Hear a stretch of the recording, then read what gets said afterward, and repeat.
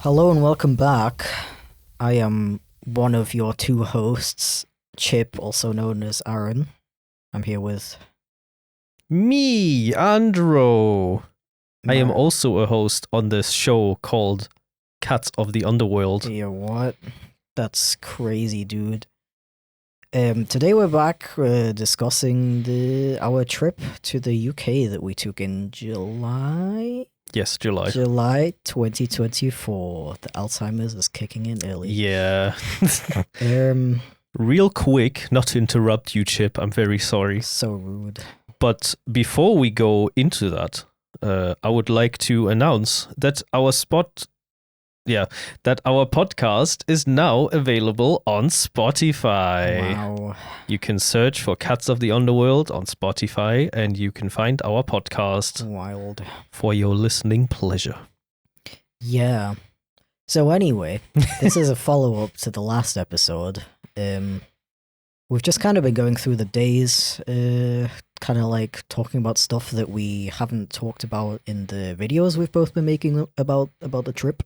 Mm. If I didn't mention that yet, so it was a road trip. We took our own German vehicle across the ocean and drove through the UK. Yeah, our car is actually like amphibian, so we drove over the ocean.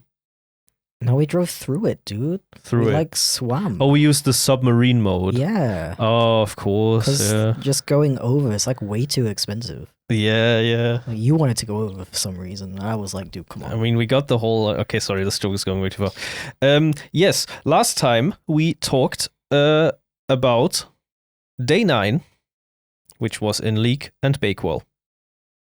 Yeah. Technically in Bakewell, because that's where we camped. After the very stormy night. Yeah, it was like, it was already raining when we were setting up the tent. Not as bad though, But just then a little bit. Yeah, over the night, it just got like crazy stormy. I remember it was super loud. Yeah, it was really loud in the tent. It was oddly relaxing though. Like Yeah. the rain noises. That shit was good. Like that like calm before the storm, if you pardon the pun. Yeah. Was just that vibe was so chill. Yeah. Like being in our own tent for the first time. It's like rainy, it's like chill. We're like all cozy in our 2-person sleeping bag. No, it's actually a 2-person. Yeah, sorry. I thought you said tent. In our 3-person sleeping bag with Tim. Tim was in the middle, of course. Imagine that though. Yeah. Like if you're in the middle, isn't it like way too hot? What are you gonna do? Yeah. You can't just like move the blanket.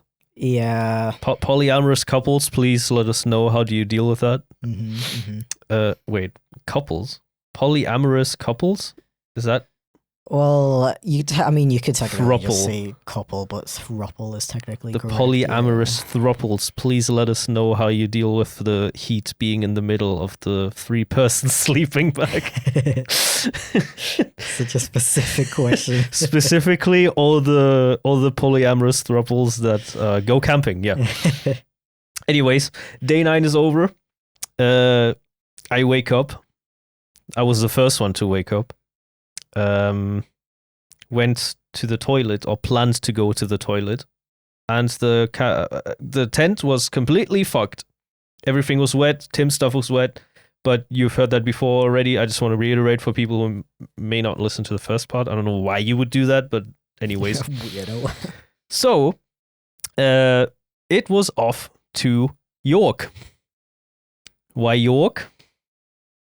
Why York? Why York? I think it was Tim's idea, right? I think it He was was. just kind of like, yo, so this city is like kind of famous, I guess. Yeah. And it's like supposed to be a really interesting city. Yeah.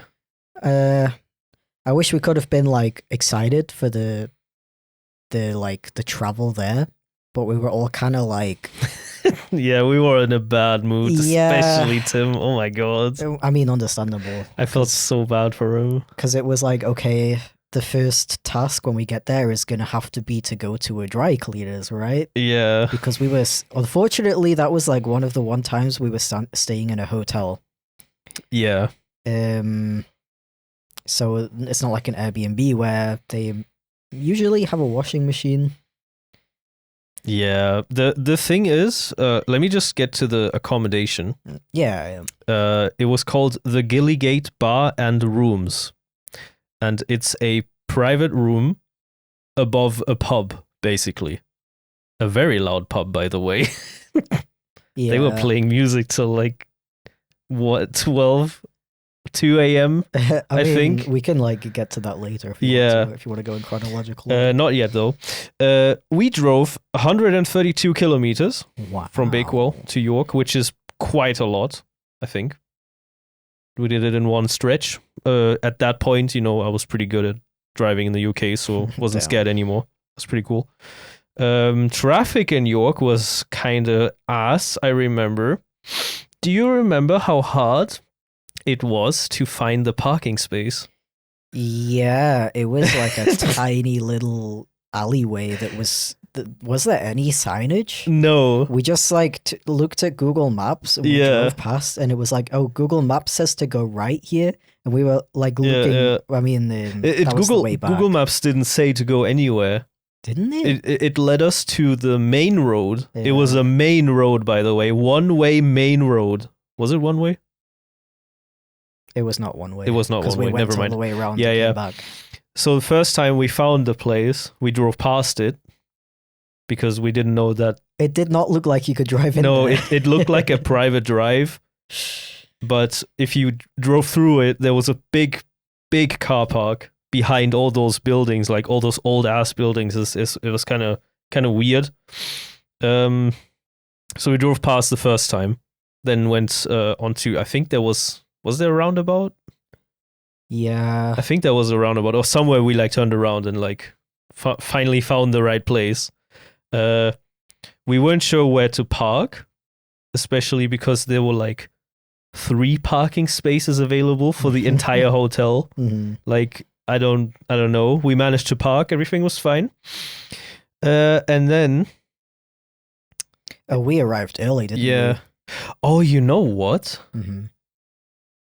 We went to the dry cleaners first. We didn't go to the place because that was kind of like the priority. Yeah. We needed to get the clothes dried. Obviously, we found a we wanted to go to like a dry cleaner with like self-service, like self-service washing machines. Yeah. But that was not a thing. Was it a thing? Like I'm pretty sure it was Tim specifically who was looking for a place for dry cleaners, and this place literally looked like from the photos. It looked exactly like a self-service place. Yeah, it did. But we go there, and there's like a little house. We went in, and there was like this cute little couple there. Yeah, and they were like, "Oh, you give us the clothes," like and family-owned business. They were so adorable for you, and like we just wanted like a quick. Dirty shit. Yeah, like just a washing machine we can use for like £1 to £2, something like that. Is that how much you pay at a dry? I've never been to a self-service dry cleaner before, so a bit more than that, I'm pretty sure. Yeah, but it is like you just throw coins in, you throw your stuff in, you wash however long you want or whatever. My reference of dry cleaners is that one Mr. Bean episode. yeah. Like where he gets like sexually assaulted by this dude who thinks that he's a woman. I don't Great remember episode. That part. Yeah. We basically just gave them the entire suitcase and we're like, here you go. Like we didn't want to go to a privately owned like place where they do it themselves because we knew it would be more expensive, but we kind of didn't have a choice. We didn't, no. We were already there and we asked like how much is it going to be, and I think he said 30 to 40 pounds, something like that. Yeah.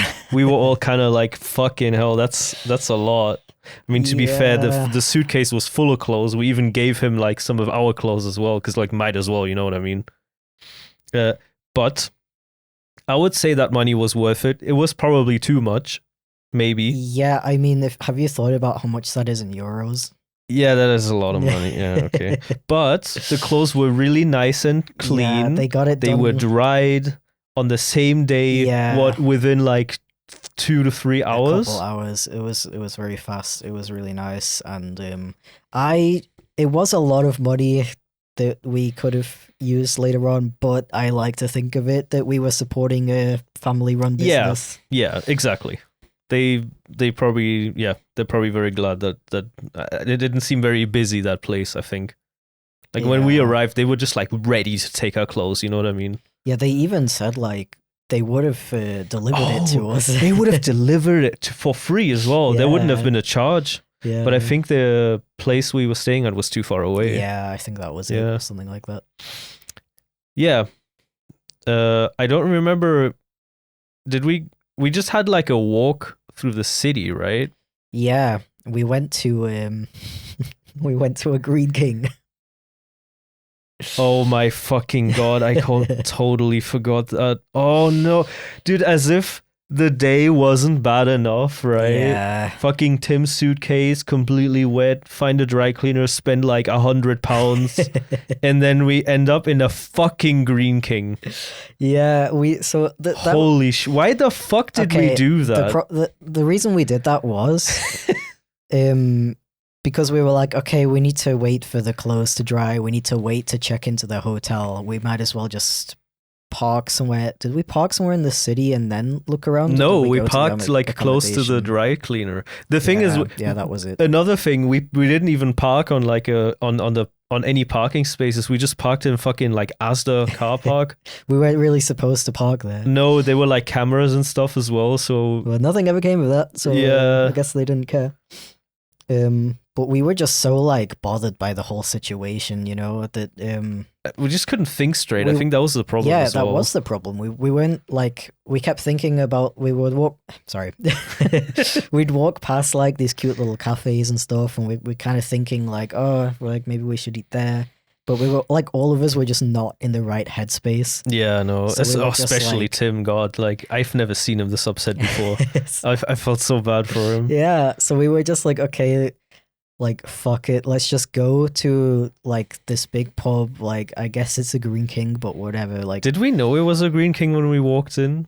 I actually don't know. I feel like we walked in and then we were like, oh shit, it's a GreenKing, and then we were like, you know what? Fuck this. I think that was it. Like we went to this place that had kind of like Weatherspoonsy vibes, but we were just kind of like, you know, we just want to eat something. We just want to like chill for a bit. We really should have gone to the next Weatherspoons. Like it's crazy that Green King, like, you know how Weatherspoons has this like stereotype. It has a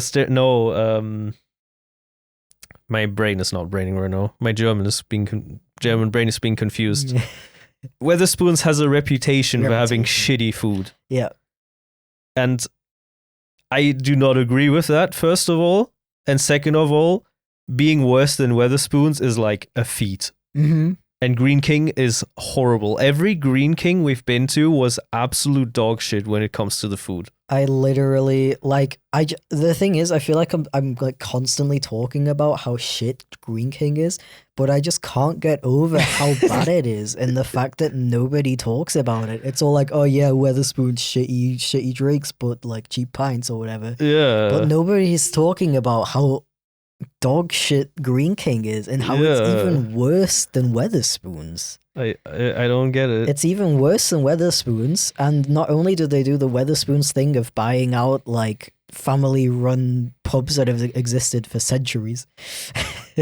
I mean, to be fair, I think those pubs were dying anyway. Yeah. I think otherwise they wouldn't have sold to Green King. Well, either way, not only do they do that, but I feel like Green King especially is really sneaky about it is. It is. It's like Weatherspoons. It's hard to sometimes figure out if it's a Weatherspoons. Yeah. But Green King is like, they have like a tiny sign hidden like somewhere in the pub that you have to find first, like a fucking idiot. Did they probably have to like legally have that? But they put it so small, like as small as possible, so you don't know it's a Green King until it's too late. Yeah. And then you're sitting there you already ordered the food and you're like, wait, what the fuck, why am I in a Green King? Sitting there with the worst fucking sandwich you've ever put in your mouth. Yeah, I think I remember you had a steak sandwich. Yeah. That was pretty ass. It was like the fact, like I knew it was a Green King, so I wasn't expecting much. And it was like, it was fine, honestly. Like, yeah, I wasn't too upset about it. What did you have? Like a curry? No. Funnily enough, something you got to know about Tim is that he despises curries, and he ordered a katsu curry burger. Mm-hmm. I remember that.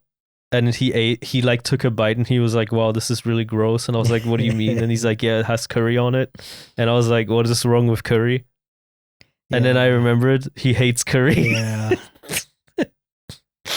I think that burger was okay though. Yeah. For being from a Green King. I had scampies. Oh my god.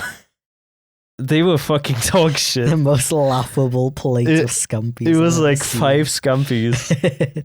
And chips, I think. Yeah, you had like chips on the side. Like 5 scampies and like 10 chips. Oh, that was the portion. I wish you took a photo of that. I really wish I did. It looked so sad. It was hilarious. God. Yeah. And then we just kind of had a walk around, I think. We just walked around, looked at the city a little bit. Obviously, we were still upset, so we couldn't really enjoy it. Yeah, it was like once we got the clothes back, we started to feel better. Yeah. It was kind of like, okay, we just spent fucking £35 on this, but at least the clothes are fine now and we can chill for the rest of the trip. So we got the clothes. Our car didn't get towed, which was nice because we were parking on a supermarket car park, even though you're not supposed to. But then we arrived at the Gilligate Bar and Rooms, which was actually a really cute pub. And the room was absolutely fucking huge. It was massive. It was so big. We had like 4 beds. Yeah. It was a family room. I don't think we booked the family room. When we arrived, we couldn't go in the room at first. Yeah. Because they were still cleaning it. Yeah. Well, cleaning all the rooms, I guess. They had like an issue with the cleaning. Like, yeah, do you remember why? Was it that the original cleaner didn't show up or something? No, they were waiting on the clean like bed sheets. Yeah, you're right. The guy who was like delivering them came like too late or something like that. We weren't the only ones who had to wait as well. Actually, there was like 2 other groups of people, I think so, who wanted to check in, and we were the only ones who were able to actually check in at a reasonable time because ours just happened to be done first. Yeah. Like I remember going up to the girl who was I guess, what would you call that? Secretary job, I guess. I don't know. She was probably working in the pub, but also doing the secretary front thing. Desk. Front desk. They didn't really have a front desk, but she was like working outside and stuff. So I asked her like, hey, we booked a room here. Like, we've already talked to the other people that they're waiting for the rooms to be cleaned or whatever. And then she was like, oh yeah, you booked like the family room, right? And I was like, I guess I booked the family room. She was like, yeah, that one's like done already. Number 1, it's the first room.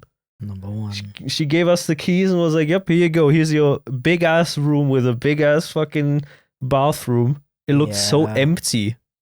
It was so big. It was crazy. But yeah, very nice room. 118 euros. Yeah.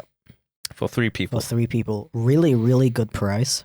Actually pretty good fucking price. Like, literally, that was one of the best places we stayed in. Yeah. And the only issue with it was the noise. The noise, yeah. Yeah. But like, it was really weird. I remember, did we stay up late? We actually didn't. That's the thing. We didn't. We went to sleep early, but somehow I just fell asleep so fast. Yeah. Even though like the fucking walls were vibrating from the music. The entire room was vibrating from the music. Like, that was the weirdest thing I've ever had in my life. It started at like 10 p.m. or something, and we were like, oh no. Yeah. It was literally still going, but at like 12 or something, we were just all knocked out. Yeah, we were just sleeping. Crazy. I don't remember how long they were playing music for, but they must have like turned it down. Mm-hmm. You think so? Maybe. I don't know. I really don't know.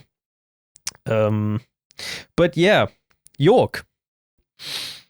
What did we do in York? We did a lot of stuff in York.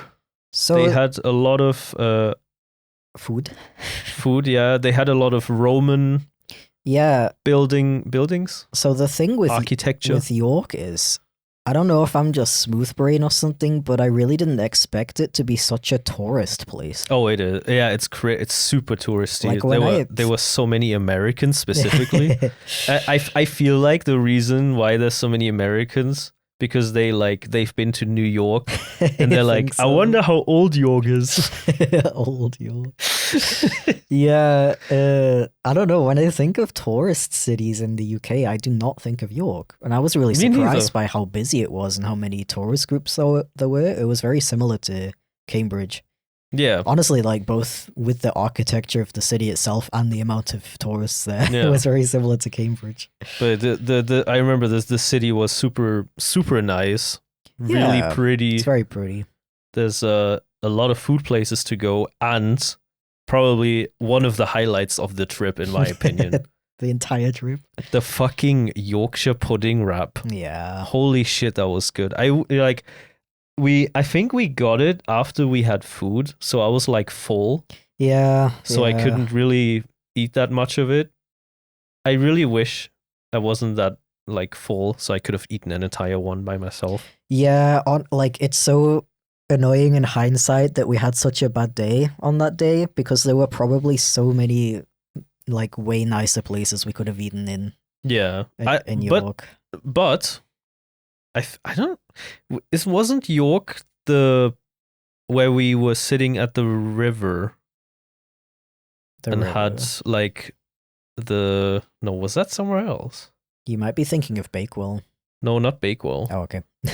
We were sitting next to a river in a pub, and then it started raining, and then we went inside, Yo. and it was like that pub that was like really anti-phone. You're right, dude. That was in York. That was York, right? Yeah. When we ate at Green King, that was like not breakfast, like a lunch. Lunch, yeah. We did have food again, and that was in that Yeah, pub. You're right. The owner was like really funny, I guess. She was like this. It was like, I at first I thought the whole like no phone thing was like a joke, but they were dead serious about it. That's signs everywhere.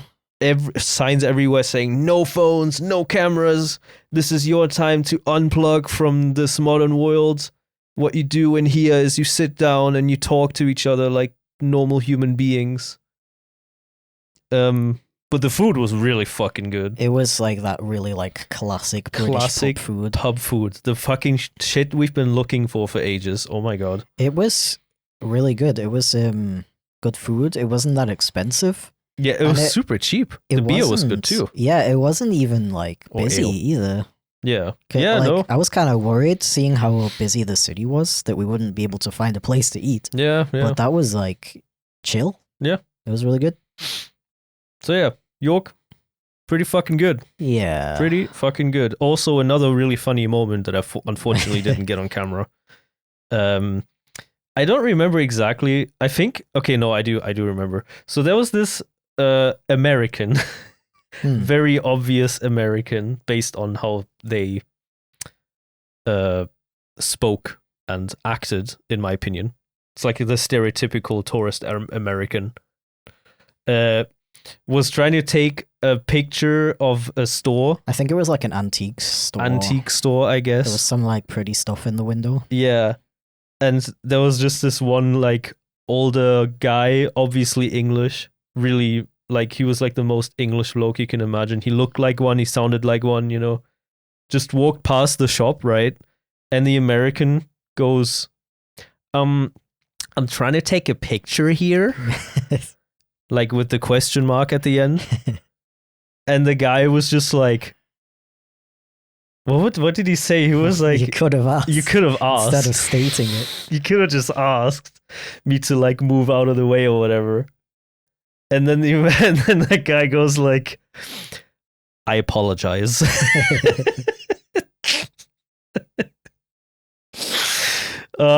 Yeah, that was really funny. We were referencing that like all fucking day. Good NPC interaction. Yeah.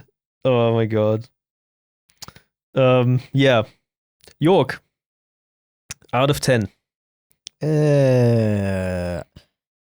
Like a 8? 8, yeah. I think so too. I wish it was a little good. less busy. Yeah, if it was less busy, it would have been a 9. Also, I was gonna say this earlier about the Yorkshire pudding wrap. Yes. I don't Please. think we really like explained what it was. Oh, right. Yeah, we didn't. So like an English dinner, like a Sunday dinner. Dinner. You got like shut up. Like you got like meat, vegetables, potatoes, tomato. No, not tomatoes. Tomatoes, potatoes. And gravy.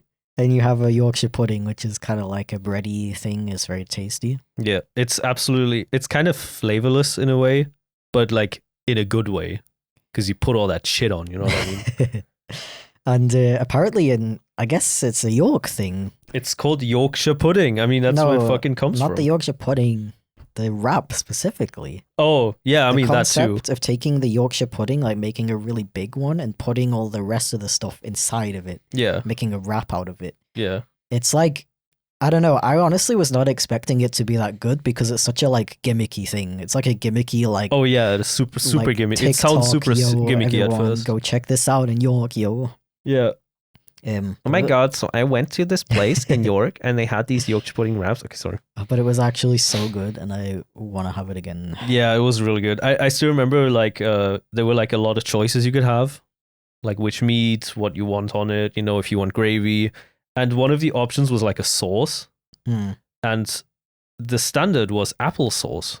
Yeah. And we didn't ask for applesauce, but they put it on anyway. Yeah, I actually specifically asked for no applesauce. Yeah. Because in a like Sunday dinner, you don't have like a sauce like that. Yeah, usually, yeah. And I personally don't really like those kinds of sauces. But I gotta be honest, that was fucking good. Yeah, I tried it. I didn't really like it, unfortunately. You didn't like it? No. Oh, I really enjoyed it. Like, at first I was like, oh, it's like really sweet. And then I was like, oh, there's applesauce on it. They made a mistake, but then I was glad that I made that mistake. That was like an American family ordering in that store. Oh, yeah. Americans everywhere. Yeah. Yeah. So that was York, day 10. Now it's time to go even further north. Newcastle, day 11. The last stop before Scotland. The last stop before Scotland. That's kind of the only reason we went there. Kind of, yeah. Point. I mean, I always wanted to go to Newcastle. I don't know about you. Really? Kind of, maybe. I mean, honestly, you don't hear a lot of good things about Newcastle. Yeah. But I don't want to spoil too much. We were pleasantly surprised. Yeah. Yeah. It's a nice city. Yeah. To walk around in. So, 134 kilometers drive, about the same length as Bakewell to York. Not too much, not too little. And we stayed in a place called Properties Unique Dean Rooms. Very catchy name. Not available on Google Maps whatsoever. We had to like dig for the address. It was fucking annoying. It was so shady. It was super shady. But 68 euros. Yeah. You know, that's pretty good. I remember when we were looking for places to stay in Newcastle. That is, sorry to interrupt you, but that is actually the cheapest place we've stayed at. Wow, really? Yeah, 68 euros. Wait, are you saying it was cheaper than the Cotswold? Yes, the What? Cotswold was 83. Hello? Oh my god, okay. So, pretty good deal. Yeah, I remember when we were looking for this place, we were specifically trying to find a place in Newcastle that was considered not dangerous. Yeah. That's kind of why we picked such a weird place. It's not that Newcastle is dangerous, but I think the crime rate is higher. Higher least in the middle of the city, right? Higher than average, you mean? I think across so. the country? There's not a lot of good areas in Newcastle, that's what I'm saying. Yeah, I'm not sure. We just had heard that there was like a lot of bad areas and that we should try to find an area that is not considered bad to stay in. Yeah. And we found this place that was like ridiculously cheap and it was in a nice area. The area was nice. Oh, yeah, There were yeah. a lot of nice houses around. I think it was a pretty rich area, actually. Yeah, definitely from the looks of it. Yeah. But the place itself was so weird. It was super weird. Finding it was pretty easy, you know. It was like a residential area. You just drove in. They had parking behind the property, which was like the sketchiest fucking alleyway I've ever seen in my life. It was even worse than some of the alleyways in Stoke, and that's pretty you know. Yeah, it was so weird because the front of the street was so like nice. The front was like Hollywood picturesque, and then you go into the fucking back alley and it's like the slums of like New York or whatever. Like holy shit. That was something. There was like trash everywhere. Like it's as bad as you can imagine. But we parked there anyway. We took all of our valuables out of the car because I didn't want. I mean, there would have been a high chance of someone carjacking. Mm. Is that what it's called? No, smash and grab. A high percentage of smash and grab. Not the smash and grab. So yeah, we parked. We get out, get our stuff. Go to the front door, and there was like a guy. There was just a guy in front of the front door, and the door was open, and he like immediately just took the initiative and was like, "Hey, are you staying here?" Mm-hmm. And I was like, "Yeah." And then he was like, "Do you know how to use the keypad?" And I was like, "I guess." Like I have the code on my phone, and he was like, the most detailed explanation of how to use the keypad, just because it's so fucking like it's not that it's complicated, but it doesn't like work half of the time. I don't know, you have to like hover your hand over it first. It was this weird like futuristic keypad, like a touch screen keypad or whatever. You have to you hover your hand over it, then you type in, you press like a specific symbol, then you type in the numbers, and then you press another specific symbol, and then it unlocks. And I wanted to like seem really like smart and cool, so I was like, "Oh yeah, I know how this works." I tried it, fucking misinput everything, and the guy looks at me like he couldn't be like, he was so like, I don't know, he just looked stressed. Mm-hmm. He was just like, damn, get like this fucking guy, you know what I mean? What is he doing? Has he ever used like a keypad in his life? And then I did it again, and then it worked, you know, and it was like, okay, yeah. But yeah, that guy was the fucking The owner, right? the owner, I maybe. think so. He seemed more like a janitor. He had like janitor vibes, You like a think so? janitor who didn't want to do his work vibes.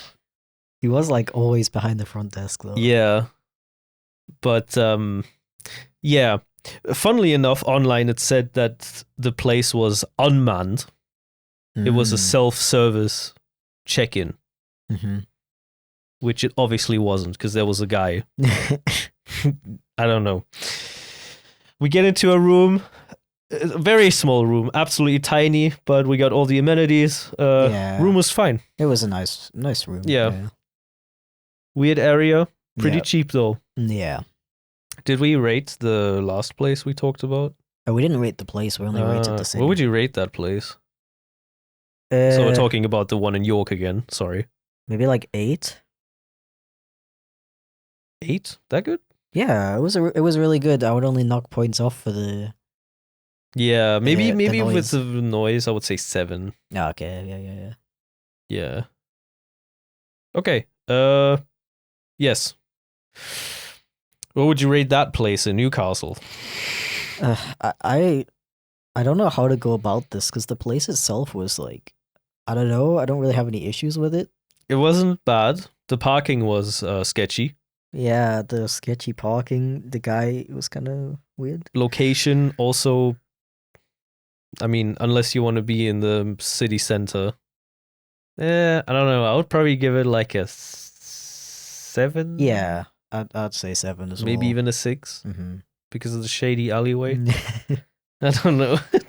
6 or 7. Let's say 6.5. Let's just start doing points from now on. Hell yeah. Yep. But yeah, Newcastle. First time in Newcastle. we unfortunately we were kind of far away from the city center, so we decided to take the metro, the Newcastle Metro, because it was either take the car, and then Not one of nowhere to us park. wouldn't be allowed to drink, Oh yeah, obviously, that too. or we could all drink and take a train or metro. Sorry. Or an Uber, which I wanted to do. Yeah, it's just like the metro was like really cheap. I'm pretty sure we looked it up and the Uber would have been the same price. Really? For three Okay, of us. never mind. I don't know. I just don't like Ubers that much. Yeah, I just find it really awkward. it is. You gotta be like, you go in, you're gonna be like, hello. And then the guy's like, is your name Fabian? And I'm like, yes, my name is Fabian. And then we sit down. And then there's like a 50-50 chance of him starting a conversation. And I just don't want to talk to Uber drivers. Am I the only one? Yeah. I'm just not interested in Yeah. talking to them. I don't know. But yeah, Newcastle, we took the metro. We were in the city. Trying to remember. It was a pretty big city. Hmm. Lots of construction everywhere. Also, lots of Roman architecture once again, because it used to be a big Roman city. I remember we went for a coffee. That was Newcastle. We went into a cafe, I think. Yeah, where I had the really nice chai latte. That was Newcastle, right? Maybe. I Probably. don't fucking remember. Is that also where we got Jollibee? No. Wait, was it? Because that cafe was Wait, where we got when Jollibee. did we have Jollibee? I think that was York. You're right. York? What am I talking? Newcastle. Was that Jollibee? Oh fuck, I don't remember. I mean, it definitely wasn't. It wasn't any of these cities that I'm looking at right now, so that must have been that. Yeah. Okay. What did we eat again? I don't remember. Why didn't I write down what I ate? I don't know. We looked at the museum. Yeah. Museum. Well, the castle, Newcastle, the Newcastle Castle. Really catchy name. That was really cool. Check out the vlog on that one.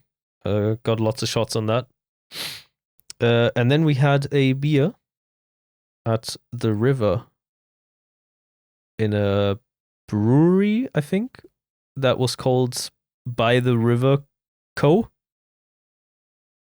Very, very catchy name once again. That was very cool. And that was a moment where we were like, shit, what the fuck are we doing? Yeah. We were kind of like, so we don't have any place to stay tomorrow. Yeah. What are we actually like doing? What are we doing? Yeah. Yeah. What do we have for food? Yeah. It's so annoying. I'm trying to remember Like, I it. remember that one place where we had the beer and we talked about what the fuck are we doing so well that I forgot everything else that we did in Newcastle. Yeah. I wanna remember what we had for food. We didn't. We went to the city. We had. No, fuck. I don't remember. I do not remember what we had to eat. Okay. But yeah, anyways, Newcastle.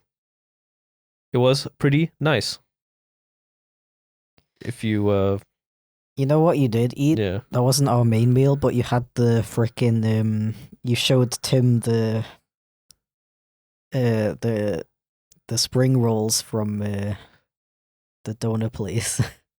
Was that Newcastle? Yeah. Wasn't that in Nottingham? Was it? Before we went to the Nottingham Castle, which doesn't exist anymore? See, I thought it was in Newcastle before we went to the Newcastle Castle that does sort of exist. Fucking like no idea. I don't remember. But yeah, the Newcastle Castle was kind of interesting, Too small, but unfortunately. very small. But it was like, so it's like next to a train tracks.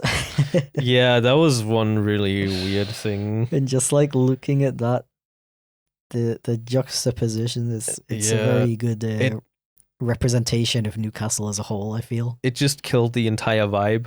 It was like you were like in the medieval times. There were like torture devices, old ass like brick walls, all these like old ass like stone masonry and everything. And then you just like saw a train drive past the window out of the window of the castle. And you're like, bro, so disappointing. It just took me out. Yeah. Yeah. Anyways, Newcastle. What is your rating? Maybe like a 6. 6? I would give it a higher one. Really? Because I don't know. I expected Newcastle to be kind of ass, but it was surprisingly good. Yeah, but also not like that good that I would go again. I mean, you're right. Because I consider 5 to be like average. Yeah. So 6 is like, it's a bit better than average. Yeah, but it's you're not, right. like, Okay. Amazing kind of thing. Yeah. Okay, 6 it is then. 6 it is. And that was day 11. We went back, went to sleep, woke up, and then got the fuck out of there. Because it was the fated day, the fateful day where we drive over the Scottish border.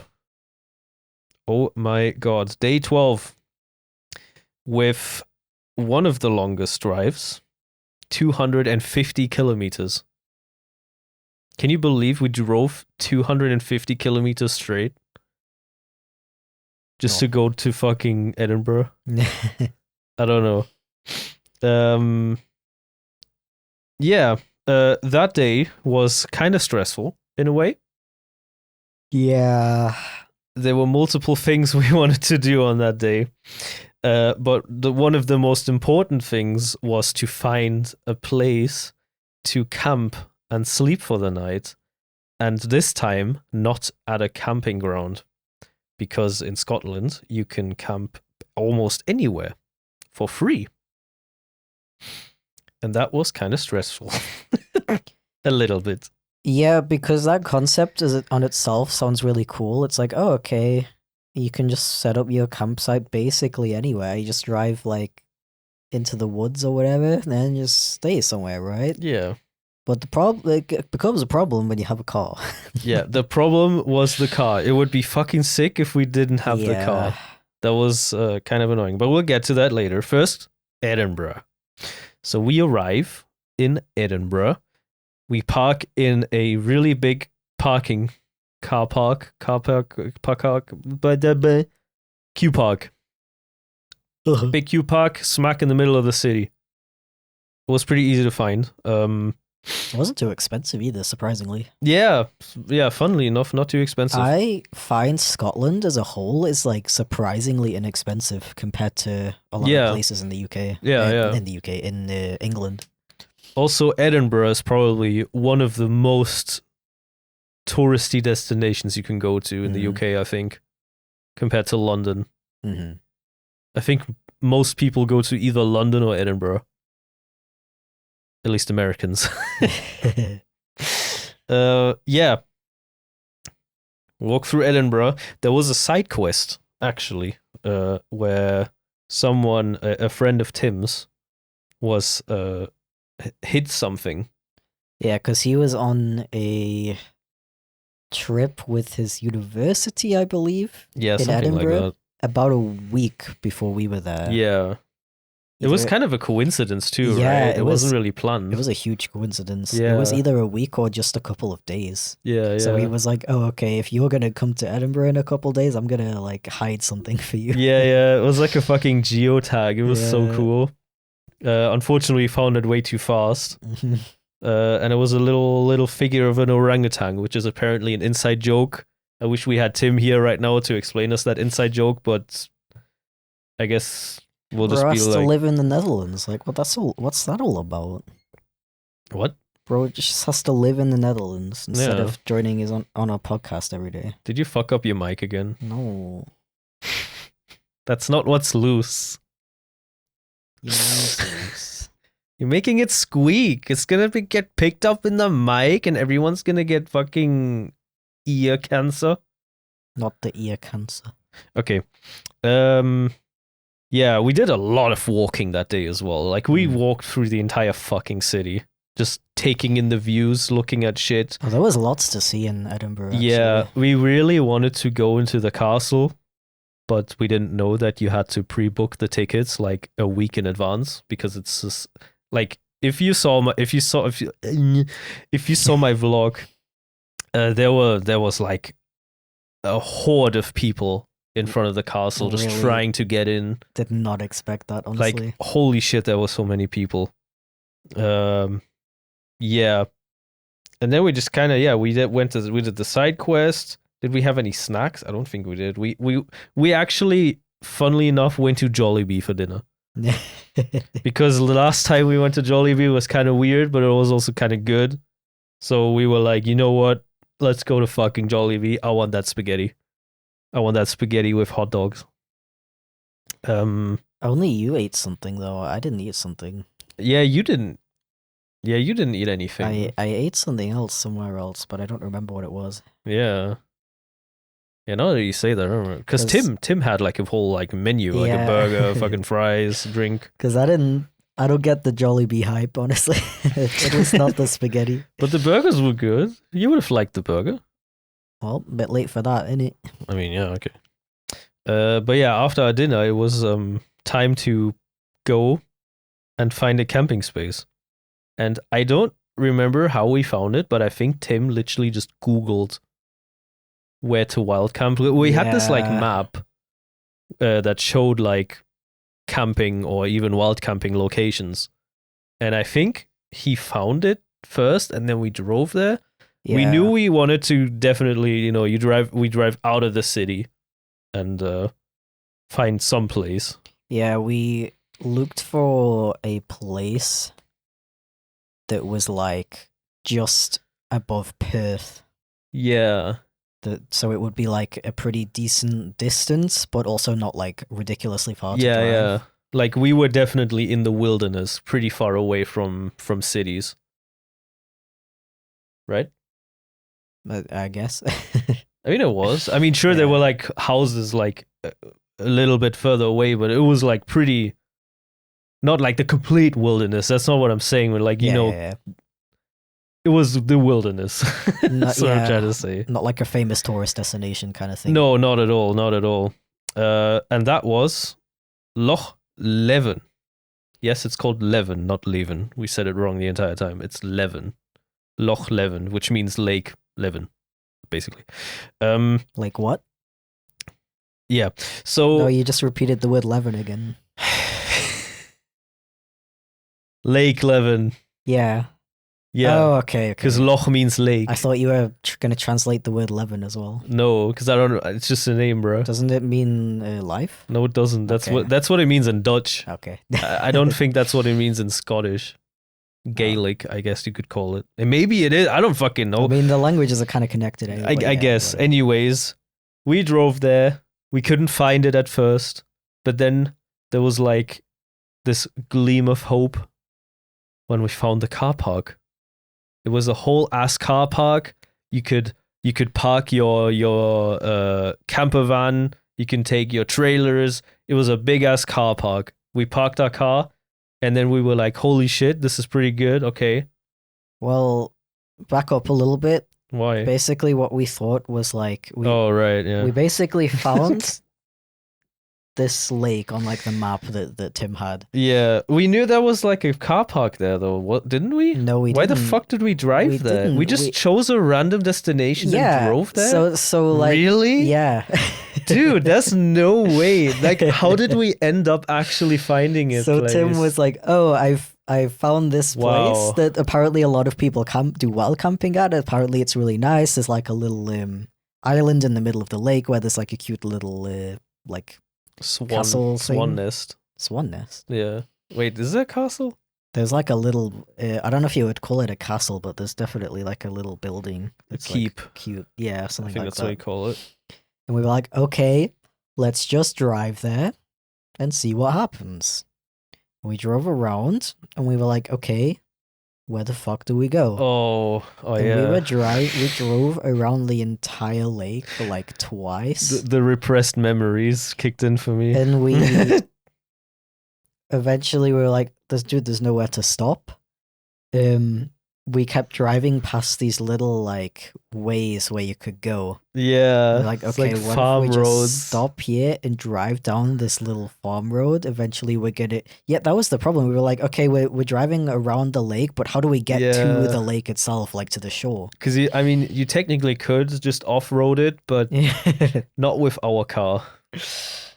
Our and car is not made for off-roading. yeah, and I think we went through a couple little of those passageways, and we were like, no, this obviously doesn't lead there. Do you remember that one? Yeah, of course. I remember that one Pathway. pathway we went down that was like completely like made out of rocks, basically. The thing is, the road was like, you know how like a road has like tire marks? Yeah. There were tire marks, and then in the middle there was just like a mound of rocks. Yeah, and the further you went, the more rocky it would be. And I scraped the fuck out of the underside of my car. Yeah, we kept going like way further than we should have. Eventually, I got out and like ran. Yeah, you were like walking. You were gone for like 5 minutes. We were like, where the fuck did he go? 'Cause we Like, were he's like- still not coming back. We're doing this, it's destroying the car. Is it even worth it? Like, what if this is like a dead end or whatever? So I get out and I go. And I'm going. It's like a hill, so it's really hard to see. Eventually, I reach the end of the hill, and it's literally just a farm. The cows like look at me like, "Who the fuck are you?" It was just a farm. Yeah, like Yeah, you couldn't see it from our standpoint. I was still sitting in the car, and the Tim as well. track literally just went into a field where there was cows. Imagine if there was like a tractor coming from Yeah. the other way. Yeah, I didn't even think about that. Because I had a lot of trouble getting out of that. Like Yeah. I tried like reversing, and then my tire was like spinning through, and I was like, oh no, this isn't good. Like one tire, I remember like I went backwards, and then one of the tires was like not touching the ground. I didn't know what to do. Oh, and this was at like 5 p.m. The sun was setting. We The were sun like, was setting "Shit, already, we yeah. really need a place to Mhm. put our tent up and everything. We had to back out of this tight ass Yeah. track that was obviously only made for tractors. Yeah. But I got out. I got Yeah. out. I with things in life like that, just put a little bit of elbow grease in it. I just like I think I sped up really fast, and I got the fuck out of there. Yeah, and we kept driving around, and I think we found that parking space you were talking about on Google Maps. I think after a while Tim was like, "Oh, there's literally a car park on Yeah. Google Maps for the lake." And at this point, we were like, "Oh, like we're not really sure if that's like a place Yeah. to do camping and stuff, but we don't really have a choice. We're Yeah. just gonna drive there anyway." Also, we were like panicking. Yeah, Well, that was so yeah. that was so bad, dude. We were like, so like, bro, what are we doing? Why are we doing this? But yeah, we were so lucky to find this place because it's literally a place where you park your car. There was other people parked there, even people from Germany. Yeah, there were people like from Germany. France. They didn't talk to me. Classic German move, but there were people from Germany and France. Yeah, The people from France actually talked to us, Oh, really? at least to Tim. Yeah, Nobody ever talks to me for some reason. same. I think I have like resting bitch face or something. You know what I mean? Dude, same. I think people see me and they think that I just don't want to talk to them. Even though I'm Yeah. like, damn, I really want to make some connections. I had that exact experience in the next camping space. Well, not the next one, but the next one, which we'll talk about later. I'll try to remember to talk about that. But Maybe we just need to like smile at people and say like hello. do. I feel like I do too, but like nobody ever wants to talk to me. I don't know. Let's pick up on that conversation later. Yeah, okay, sorry. So it was like you literally park there, you take your camping stuff, and then you walk. The lake is like a 5-minute walk. Not The- even. the It's like shore 2 minutes. Is right there. You walk wherever you want Yeah. along the lake and you just plop your freaking Yeah. tent down. I still remember we just like at first we just wanted to like scout the area before Mhm. getting our stuff because Yeah. you got to find a place first to camp, right? So we walk up to like the beach. Yeah. Would you call it a beach? It was a Sand. big ass lake, by the way, really big. And then we found just like this rocky beach, and we were like, okay, we were like looking around, and there were like signs everywhere Yeah. that were that were basically telling us, inviting us to camp here, because they were saying like, please no open fires, like if you do a fire on the ground and stuff, obviously not if it's controlled and everything. I think it literally said, please feel free to camp here. Something like that, like literally, yeah. And we were like, holy shit. It was like a gift from the heavens. Yeah, we were saved. That We just were happened absolutely to come saved. across. And we found like the best fucking spot for our tent. Mhm. It was big, like soft grass, really amazing view. So we got our stuff and we put up our tent, and we were set up in no time actually. Yeah. And then I started cooking. Yeah. Made a little grill. Made a little barbecue. We also had haggis, which was Yeah. surprisingly good. It was not bad at all. Yeah. The Scottish experience, wild camping, haggis, lake. We Lake. also, something we forgot to mention. Before we left to go to the wilderness, to Loch Leven, we actually went into a cigar shop.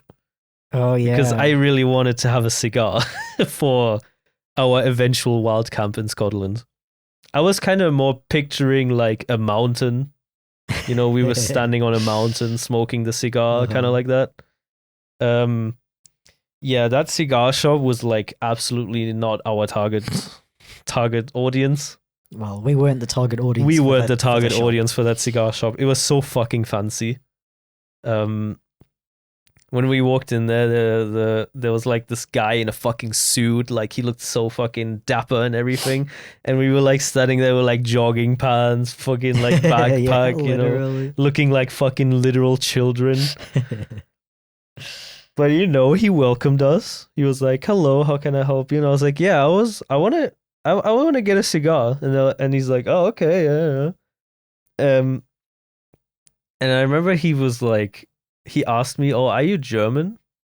Or something like that, right? Like, where are you from? Where are you Germany? from? Yeah, and then I was like, "Oh, I'm from Germany." And then he started speaking fluent German. I was absolutely floored. I don't know about you, but he's like perfect German, just randomly. Guy in Scotland.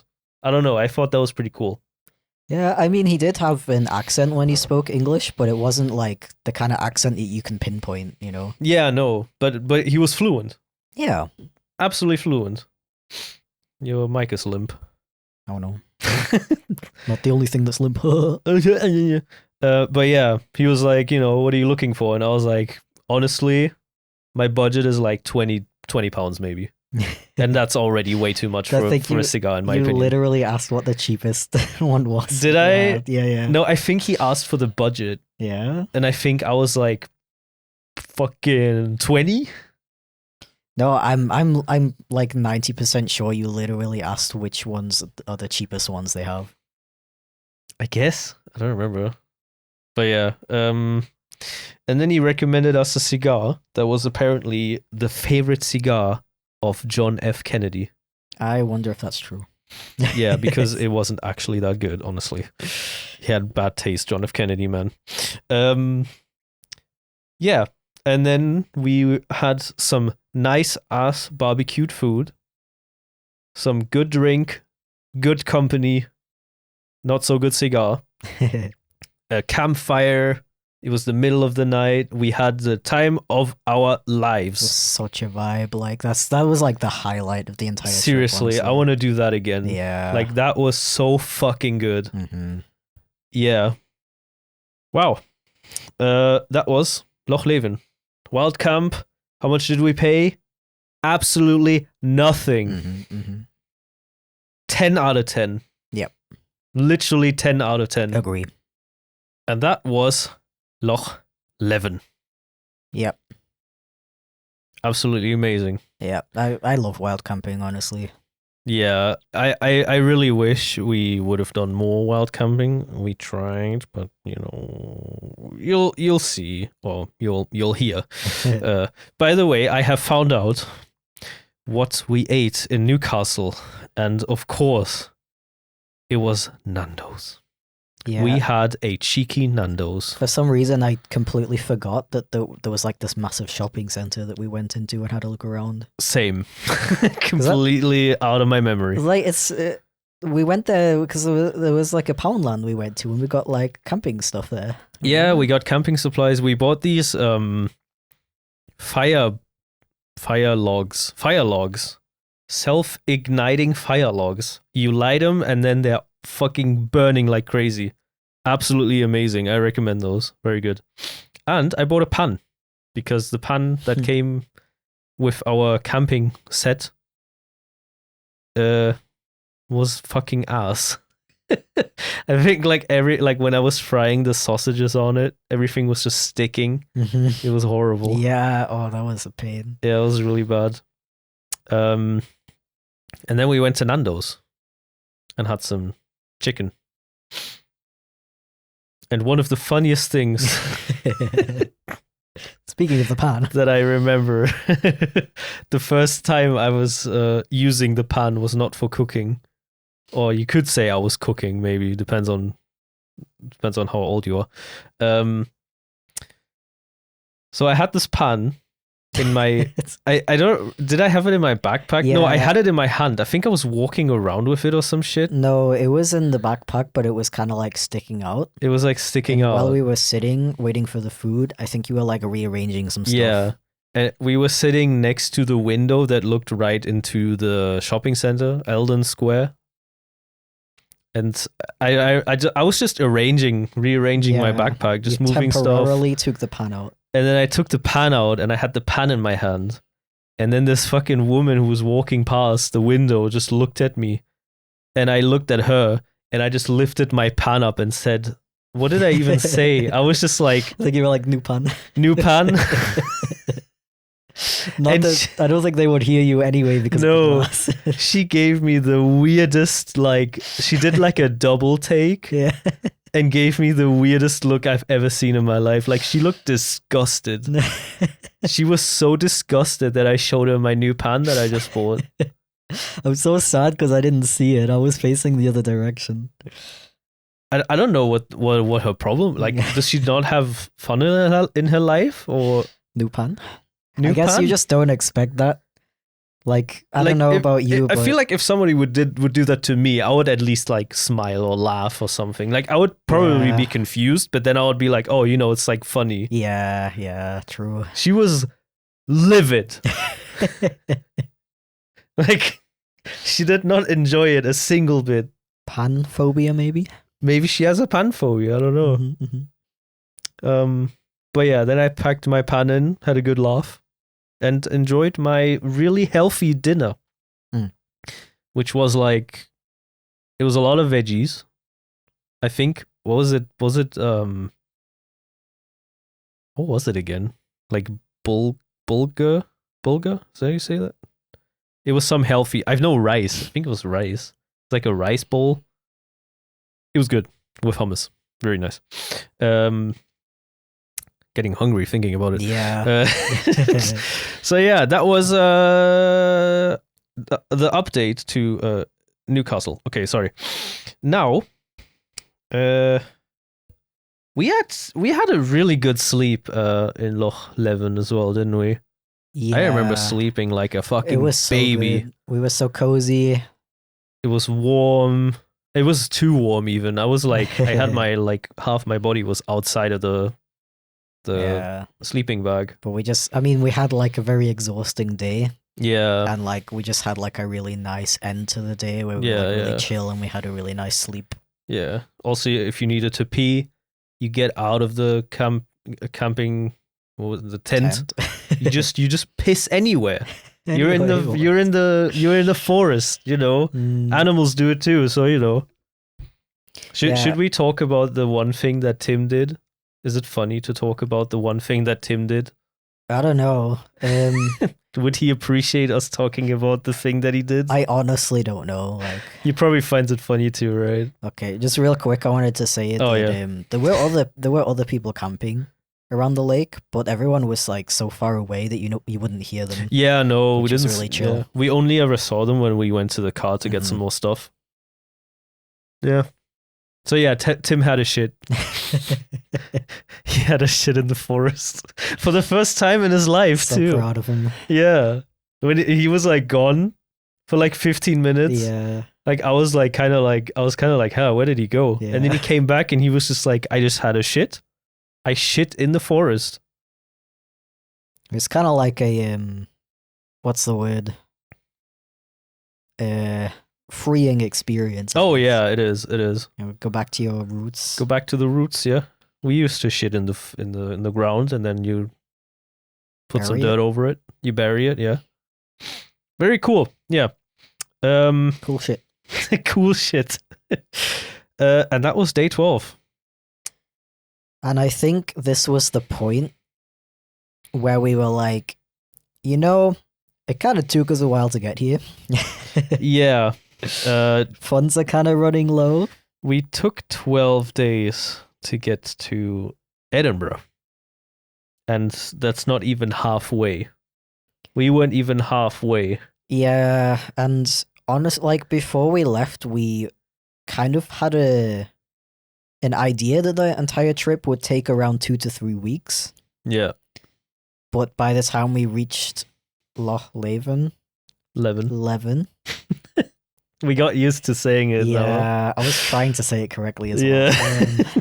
By the time we got there, we were kind of like, you know, we are taking a bit too long. Mhm. I think, like, I think the main issue was that funds were running low. Yeah, we I don't know. It was all the restaurants, all the places. No, everything. Most of it was pre-booked, but I don't know. We were just kind of not that we didn't have any money, but we were just kind of like getting close to the point where it was a little bit worrying. Yeah, but also, honestly, even if we would have been able to afford it, I think we would have wanted to start heading back at that point anyway. Yeah, Because, I don't know, how many days had it been? 12? 12 days. And I think even having really cool experiences like that, you still get a bit homesick after a while. Oh yeah, yeah. I don't know about you, but like it was only day 12, and I was like, fuck. It feels like we've been gone for Yeah. ages. Yeah, absolutely. Yeah. Just because we did so much every Yeah. day. It was like, you know, we saw new things every day, went to a new city every day. You wake up somewhere else almost every day. Yep. I guess that just kind of fucks with your brain a little bit. It's so cool, but it's like really exhausting. It was really exhausting. Like sometimes I was like, man, like kind of want to go Yeah. home again. Like Yeah. fucking hell. So that was the point where we were like, okay, we're still gonna make it to Loch Ness. Loch Ness, which is our like That was goal. that was supposed to be the halfway point of Yeah. the trip, Loch Ness. We're like, okay, we're gonna do that, and then we're gonna find a route back. So we started to speed things up a bit in terms of the driving. Yeah. Did a lot more driving Yeah. and a lot less looking around cities, I guess. Yeah. Yeah, day 13. We drove to Inverness, which is the city at Loch Ness, which funnily enough means the end of Loch Ness. So it is the end and the beginning of Loch Ness, funnily enough. I don't know. Don't ask me. Do you remember the really shitty? Wait. We're not done. I'm not done. I'm not done. Okay. Wait, what are you gonna say? What shitty? The McDonald's? Yeah. No, I'll but get to that. before that. Before that? Okay, go ahead. The most important thing that we haven't talked about is the fucking drive there. The most like beautiful, amazing drive of our Oh, you're lives, right. dude. Yeah. Oh my fucking god. The landscape was fucking insane. Like this whole route from Loch Leven to Inverness. Inverness. That was like the first, because there's not really that much like landscape and stuff around Edinburgh. Yeah. But It's then mostly flat. After that, we were just going through like wilderness and like mountains, and it was crazy. It was like dude. Lord of the Rings. Yeah. Like, oh my god, it was insane. So I think we even freaking listened to the beautiful. Lord of the We Rings did. soundtrack. We did. There was barely any cars. Oh yeah. Oh, it was so calm with It the was roads. so chill. You're right. So beautiful. Like amazing. We even stopped at a certain point at like a lookout point. We did, yeah. Took some photos with the car. Yeah, yeah. You took a piss. And I took a piss in like a random bush. That was cool. But yeah, what I was gonna say, 236 kilometers, quite a lot. Yeah. Almost as much drive. It's fucking crazy.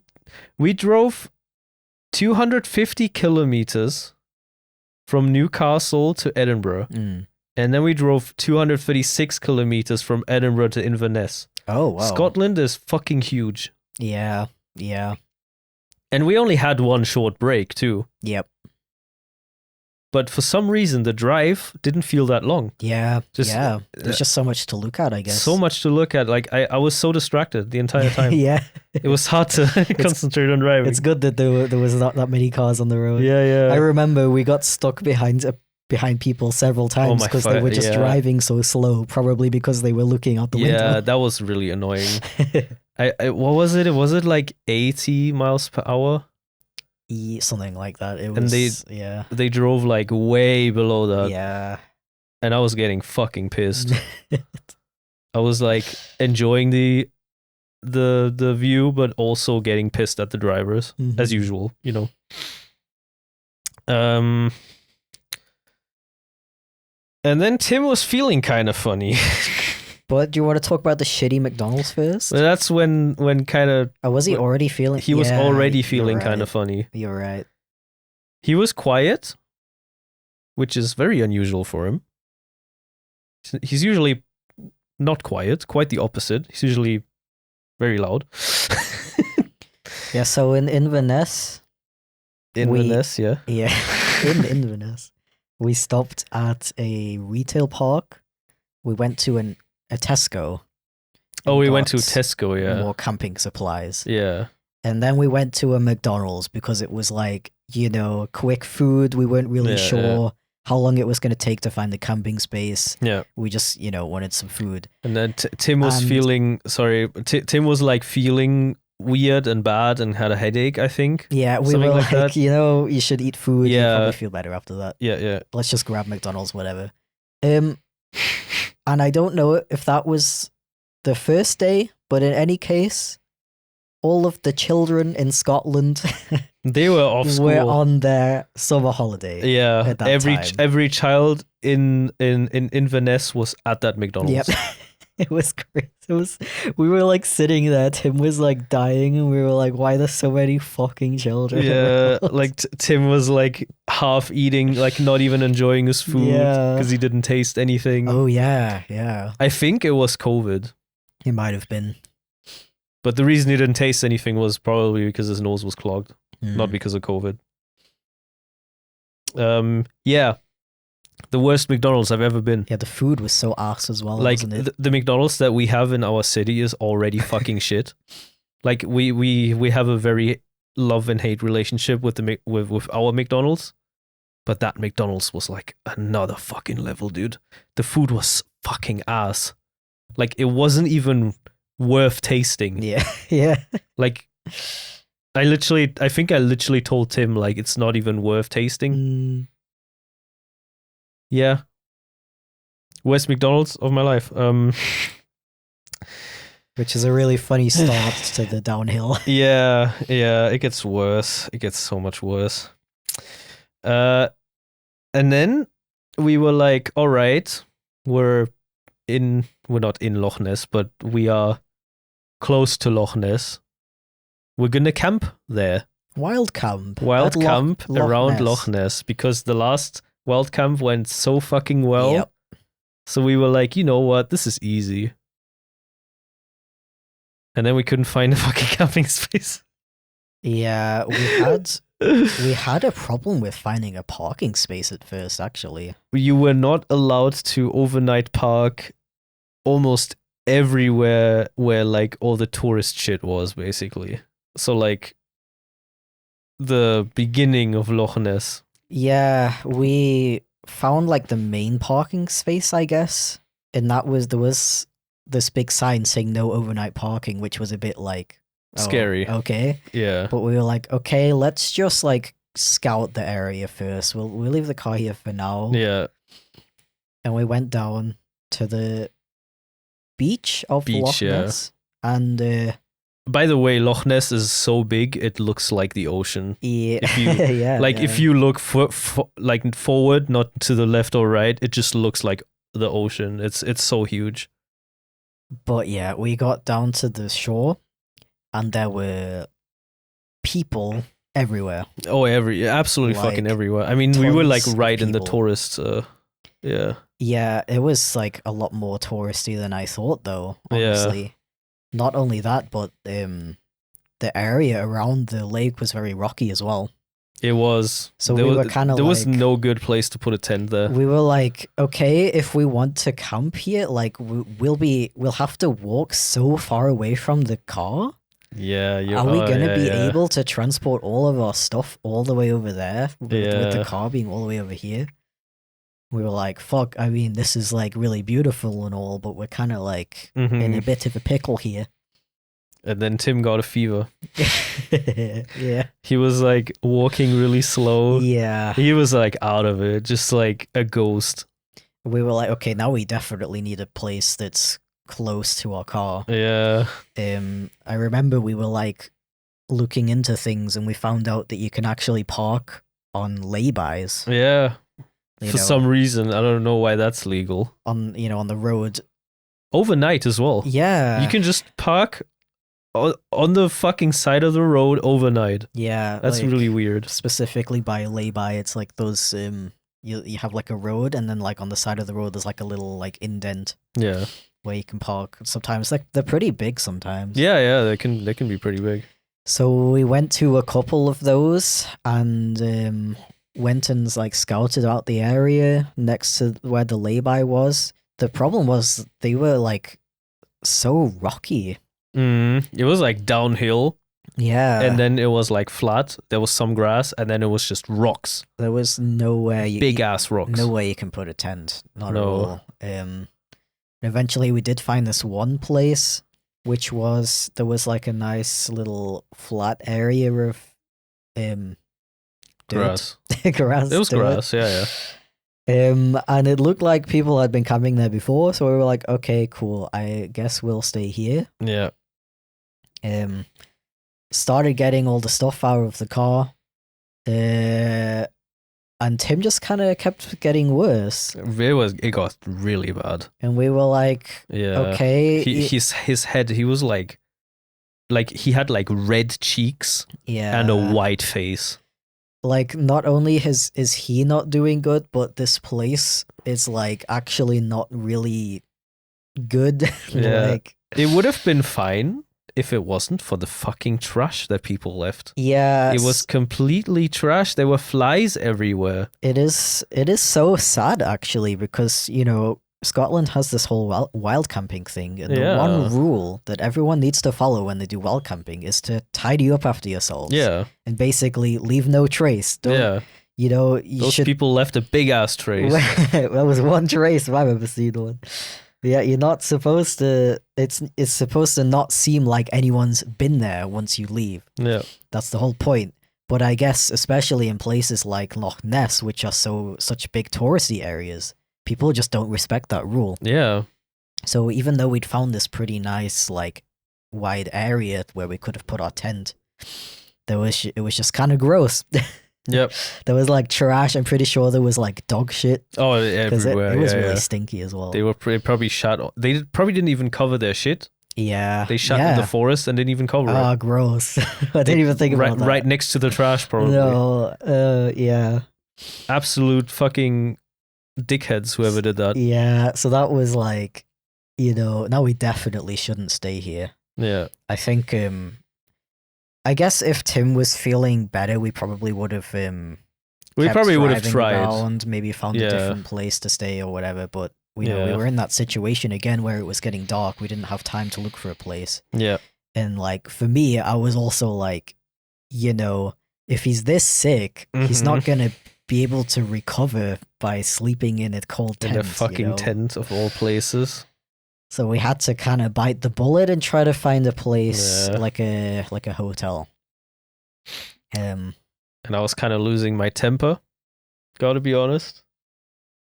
Probably not good. I was really upset at the entire situation. Yeah. We were frantically searching for a place to stay, and I was trying not to get too angry driving. That was yeah. Yeah, we did find this weird place close to the lake actually that was like on top of a hill. Yeah, it was a guest house. Yeah.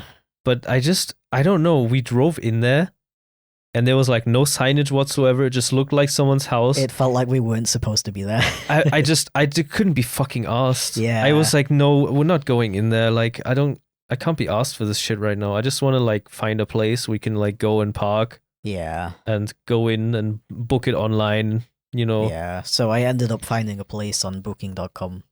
And I remember it was so stressful because my internet was not working. Your internet wasn't working. Mine wasn't working either. Yeah, we had such internet problems. Yeah. And I was like frantically trying to book it. And it was just loading infinitely. So that, by the way, that was the Craigney guest house. And we spent 143 euros. Yeah. It was last minute booking, you know.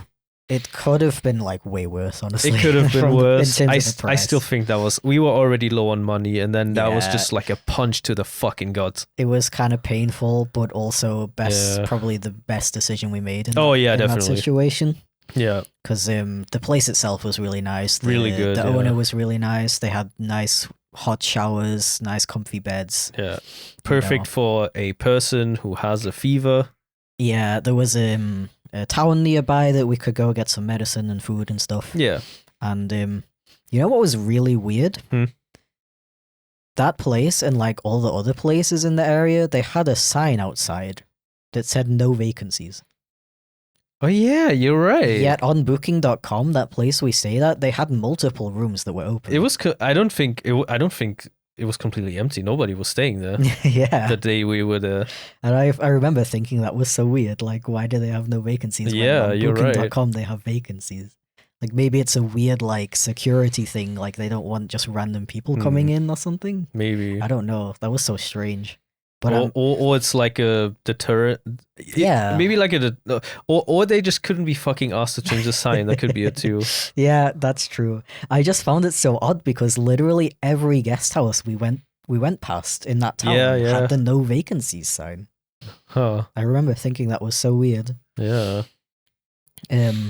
But yeah, good thing I looked on booking.com, I guess, because I can't imagine how we would have felt if we drove all the way to the town and like looked at all the signs saying no vacancies and been like, bro, where do we stay? What do we do? Yeah, I would have. Oh God, I don't know. Jesus Christ, I would have started crying. Yeah. But yeah, we stayed. We walked. We went in there. It was nice. Tim immediately on the bed, he fell asleep instantly. Yeah. We were like, all right, we're gonna go get some medicine for him. You know, some ibuprofen and some food because we haven't had food. Yeah, we were planning... unless like snacks or something. I don't remember what the fuck we ate. We were planning to do another barbecue. Yeah. Did we have breakfast in the morning, right? In Loch Leven? Yeah, we did. We had breakfast, Yeah, okay. But yeah, by the time we were pretty hungry, I didn't know if Tim wanted anything. I thought he wanted to eat something as well, but he was just sleeping, so like, you know. So we went to the Tesco's, the nearest Tesco's, got some ibuprofen, and then we were like, you know what? I want some Chinese food. We found this Chinese place. Chinese and fish and chips. Chinese and fish and chips, yeah. It had good reviews, right? It had really good reviews.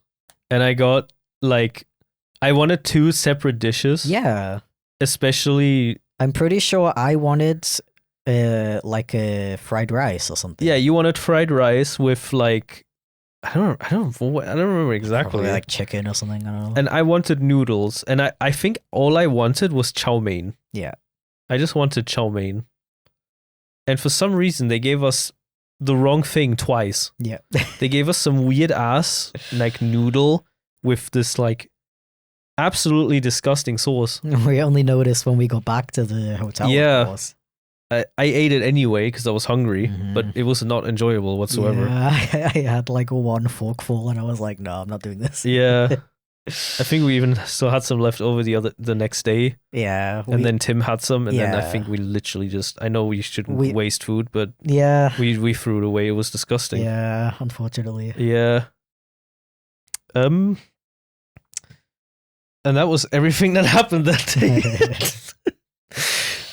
Yeah. Very unfortunate day after. It was such a high Yeah.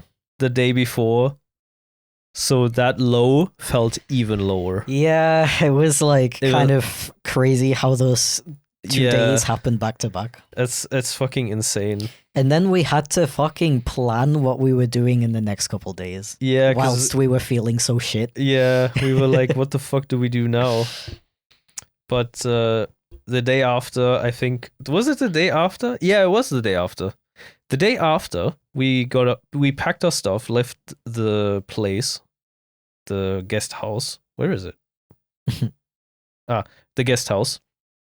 Tim was feeling a lot better, which was very good. And then we packed our stuff in the car and we drove to Loch Ness again. Yep. Because we were like, you know what? Yesterday we couldn't enjoy it. Yep. We're gonna go there. And appreciate it. We're gonna fucking appreciate it. Yep. And we did. Yep. And we sat down on the beach and we were like, wow, this is fucking beautiful. Took some beautiful, amazing shots. And then we were like, all right, now Played that with the we're all dog. feeling better, pet the dog. Very cute dog. Also, I unfortunately we didn't get that on video, but one of the dogs was like walking, just like running around with a ball in its mouth. And it walked up to me and dropped the ball. And I looked at the owner and I was like, oh, like, is it okay if I throw the ball? And she was like, yeah, go ahead. And I was like, all right. And I fucking threw the ball into the water, dude. And the dog just like went after it like crazy. It was He so was like, cool. yo. Yeah, it was really fun. Yeah, we chilled next to the water. We appreciated the amazing view. Yeah. Skimmed some rocks. Took a rock. We took a rock. Yeah, we took a rock from Loch Ness and we were planning to hide it in Dover When we arrived when back we arrived back. in the bottom of England. Yeah. And then we went to you and Tim went to the little gift shop. Yeah. I really wanted to get some postcards, and there was a little plush, a little Loch Ness monster plush that I wanted to give to my Niece and nephew. niece and nephew. Yeah. Sorry, I forgot the English word for a second. I don't remember why I didn't go to the gift shop. I think Yeah, where were you? I think I was getting the Sharpies from the car so we could ride on the rock. I guess so, yeah. It was a really nice gift shop. The owner was really nice as well. Mm. She had a really thick Scottish accent, like really thick. I was like struggling to understand her a little bit. I remember she asked me if I wanted a bag, Yeah. but she said it like, do you want a bag? Like bag. I don't know how she said it. And I kept hearing bike. Bike. And I was like, excuse me? And she was like, would you like a bike? And I was like, there's no way she's saying bike, right? Why the fuck would I want a bike? And then I repeated it and I was like, a bike? And then she was like, no, a bag. And I was like, oh, a bag. And then she even said herself like, yeah, sorry, I have a really strong Scottish accent. That's cute. Yeah, well, she was super nice. Everyone in Scotland was Yeah. like top of the fucking whatever morality chart. Yeah. So nice. Everyone was nice, really welcoming. Like, yeah, Scotland. Yeah. Do your I next love holiday in Scotland, honestly. I love Scotland. I really want to go Yeah. back sometime. Wow. Yeah. Yeah. And Yeah, and then we planned our route, I think our plan of going back. we planned the route the day before. No, we didn't. No, we didn't. When We did, planned the route at Loch Ness. did we? Yeah. Because I remember doing it in the guest house. Did we do it in the guest house? I feel like we did it in the guest house. But Tim was fucking sleeping. yeah, he was asleep and then he woke up. Oh, we Bit did it in the later. morning. No, he slept for like 2 hours or something, and then he woke up. He was like, "Oh, I'm feeling a bit better." And then we planned the stuff. Yeah. Really? I don't remember that. The fuck? I swear he slept through the entire like night and day. No, I'm pretty sure he woke up. Oh, okay. But I think we talked about it in more detail. Yeah, On Loch probably. Ness. Probably. Something like that. But yeah, the plan from that point on was to drive to the Lake District, then to Blackpool, Liverpool, then to Cardiff, and then all the way back to Folkestone / Yeah. Dover. The speed run. the speed run back home. So We were there's gonna kinda- be Yeah, we were kind of like, okay, we have a couple ideas of places we still want to look at in mind. Fabian, how long do you feel like driving? yeah. We based it on how long I could drive every day. Yeah, and you were like, I don't know, fucking, I'm up for like 4 hours. I don't know. Yeah. We were like, okay, bet. And yeah, so what we were thinking on the first day was to drive to the Lake District, which from Loch Ness is like 500 kilometers away, 400, something like that. Pretty far. Pretty fucking far. So we were like, all right, let's split that in half and find a campsite in between those to save money. The idea was like we wanted to wild camp in Scotland as much as possible, Yeah. but like Tim was feeling a lot better, yeah, but he still wasn't really like super healthy, and we Not didn't 100%. didn't Yeah. really want to put him through the whole wild camping experience, not really being sure if you're going to find a place to stay, and then Mhm. also not having facilities like. So we were like, okay, let's meet somewhere in the middle and find a camping spot, like a place where you pay Campsite, yeah. campsite, yeah. Place where you pay money, but you get like a shower and everything as well. So it's a bit more comfortable. It's like more comfortable, but not as expensive as a hotel. I think we even like looked into hotels and stuff. But It was like we really were- fucking, it's crazy. we were really struggling to find a place at such short notice. Yeah. So this camping site idea was like a good like middle ground. Yeah. And that is day 14 with 245 kilometers driven in Cobleland. I have no idea how to pronounce that. That was- Cobleland. Also a really nice drive as well. Really nice drive, fucking beautiful, absolutely amazing. I think we also stopped one time as Yeah. well just to look at the scenery. And we went to a gift shop as well. Oh, yeah, with the gift shop. That's where we sent the postcards as Yeah, well to our yeah, families. Exactly. Yeah. We bought some like what was it? Fudge. I remember we bought a fridge magnet for my sister and Chris, and it was a guy in a kilt, and it was like a motion picture. How would you call that? You know those like 3D effect pictures where when you look at it from one side it like moves. It was a guy in a kilt, and the wind was like blowing, and you could see his bare ass, and with the text "I love Scotland" underneath. Funniest shit I've ever So seen. funny. I'm so glad. Best like £4 I ever spent, honestly. It was only 250. 250, even better. Even better. Yeah. Cobleland, however you say it, campsite in Cobleland. There's not much in Cobleland except for that campsite, I think. Yeah. Um, So we pull up, just throwing it down. yep, absolutely pissing it down like crazy. We pull up, and the campsite was like chock full of people. Exactly the words I was gonna use. Really? Yeah. Like there were so many tents, so many cars, so many people. Children. We arrive and we're like, holy shit, are we gonna find a fucking space here? The funny thing is, it was we just completely forgot that it was Saturday. It was Saturday, yeah. Yeah. Obviously, everyone in Scotland goes to Cobleland campsite on Saturday. I don't know. We arrive, we're like, okay, we might as well ask. Mm. Because maybe we're lucky, you know what I mean? ring the doorbell. Again, it's just like a house, just a guy's house. This really nice Scottish man with the most beautiful Scottish accent I've ever heard in my life. He had a really cool, like, he sounded so cool. Yeah. We were like, hey, how you doing?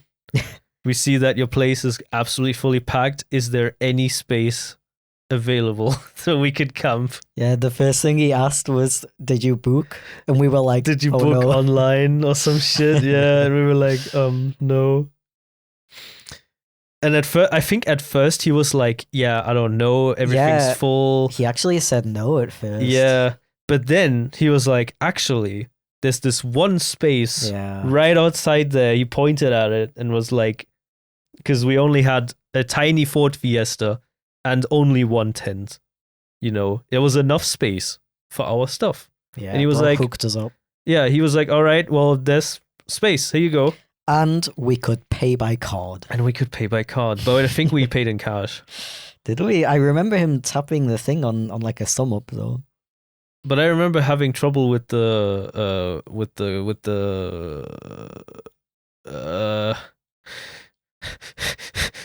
the cash, the money that you receive when you have change. Okay. Yeah. Because I remember him being like, I have change. Okay, it was probably like you could see the amount, but you still pay it in cash. Yeah. Like we definitely paid by cash. Okay, I remember that. Yeah. And we paid for it. We parked our car, put our tent up. At this point, we were experts at putting the tent up. It was raining, which was kind of annoying, but you know, whatever. And it was actually a really good campsite. Yeah, I can imagine it's pretty fun to go there when it's like not super busy. It was really big. They had all the amenities. Lots of facility. They even had washing machines. They had washing machines, bro. Yeah, I actually washed some clothes. I was like, yo. Yeah, fucking insane. They also had like food in the morning, something like that, like a fucking tea store with sandwiches and stuff. Yeah, it was really nice. Yeah, and this is the place where Tim was like, yo, everyone's so nice here. Every time I walk around, people are always talking to me and saying hi and everything. And then I'm like, what, really? Yeah. Because I would walk around, I would say hi to everyone I see. I might get a hi back, but nobody like spoke to me. Same. Know? Same. Yeah. I don't know what it is. Is it just Tim's aura? Yeah, maybe. It's just Tim's aura. He walks around, he makes friends immediately. Yeah. I don't know. He comes back and he's like, yeah, I talked to like 5 people. One of them gave me $20. The other person like gave me a high five. He gave me a high five. We were talking for 2 hours about the economy of Shanghai. And then like, I'm like, all right, that sounds cool. And I'm like, all right, next time I go to the toilet, I'm going to talk to someone. Yeah. I go to the toilet. I don't see anyone. Yeah. I come back. That was another issue. I say hello to one person. And then I'm back at the tent. No conversations, no gifts, nothing. Maybe we need some more like platonic pickup lines. You know, like platonic pickup lines. Like great weather in it. Stuff like that. Yeah. Like maybe that would like encourage the conversation. I don't know.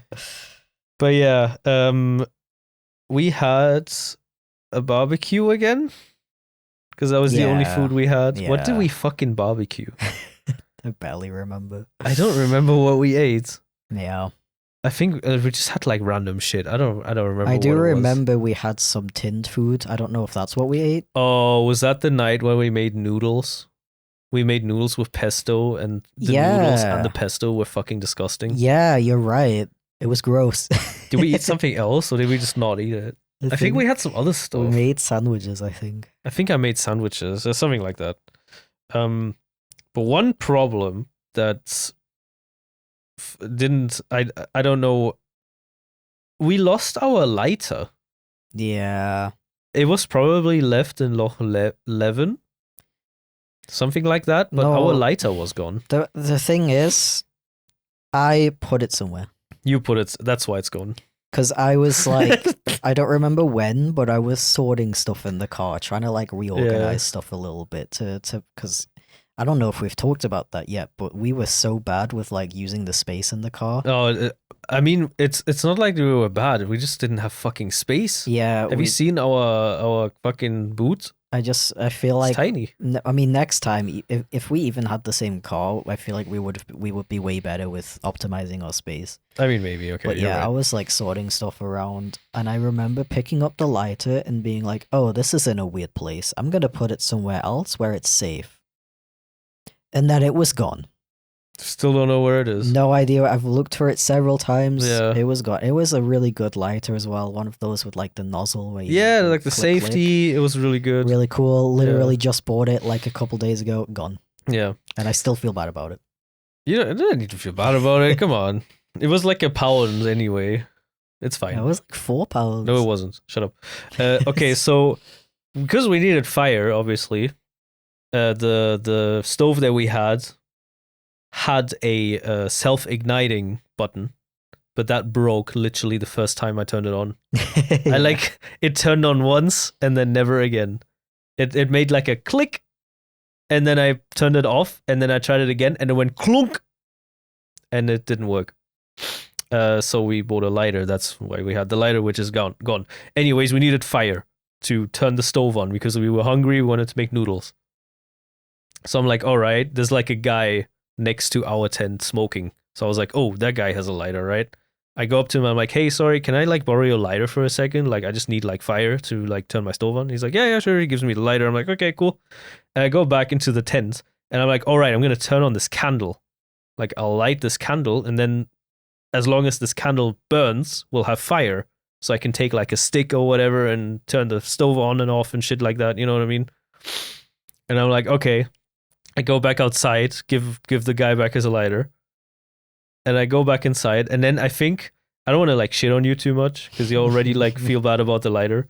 But then you had like a really good idea of trying to light the other candle that we had. We had 2 candles, and I think you like held it upside down, and the fire just went out. Yeah. And I was like, oh man, that's really annoying. And then I felt bad about it, so I went to go ask the guy for his lighter back I told you to go to the guy to get the lighter again. I mean, because I was like, I'm not talking to that person again. I wanted to do it anyway because I felt bad about it. I felt so awkward. Yeah. Like, oh, excuse me, can I get the lighter back again? Sorry. But yeah, then we had to, then we lit both candles. Then we had 2 candles just in case, and then we made food and ate and then slept. And we sure did sleep. Real quick, before we get to that, I did ask Tim to buy me a lighter because there was like a store in the campsite house, whatever it was. And I was like, oh, like it would be good to have a lighter in case we use it again. So I'm like, oh, maybe you might as well go buy a lighter. And he went to buy one for like £1. No, it was £2. £2. £2.50, yeah, that much? Yeah, it was really expensive. Fucking hell. Okay. That's why I remember it, because it was Damn, yeah, that is a lot for a lighter. Wow. So funnily enough, that exact lighter that we got from Scotland, I had in my backpack, and recently, a couple of weeks ago, we went to a shopping center, and outside of the shopping center, there was a guy who asked us for a lighter. And at first I was like, oh no, sorry, I don't smoke. And then I was like, wait, I have a lighter. I had that one lighter from Scotland. And I gave him the lighter, and I was expecting him to like light a cigarette and then, say thank you and give it back to me. But then he was like, oh, can I buy this lighter off of you for like €2? And I was like, sure. So he gave me €2, and yeah. And I would have said I made a profit, but apparently we spent $2.50, so not really. And then you used the €2 to buy a new lighter. Yeah. A cooler one. Because just to be clear, the lighter was like the most cheap like lighter you can think of. Yeah, it was like those lighters you get for like 20 cents from like AliExpress, maybe even less. It's probably worth like a cent. Yeah, it wasn't like any like fancy like cool Scottish souvenir kind of thing. It was just a generic lighter. A shitty one-use lighter, disposable lighter. Yeah. Yeah. But What was the next thing I forgot what I was gonna say now. Were you gonna say anything else? Yeah, because I was like, oh, let me talk about the lighter thing before we.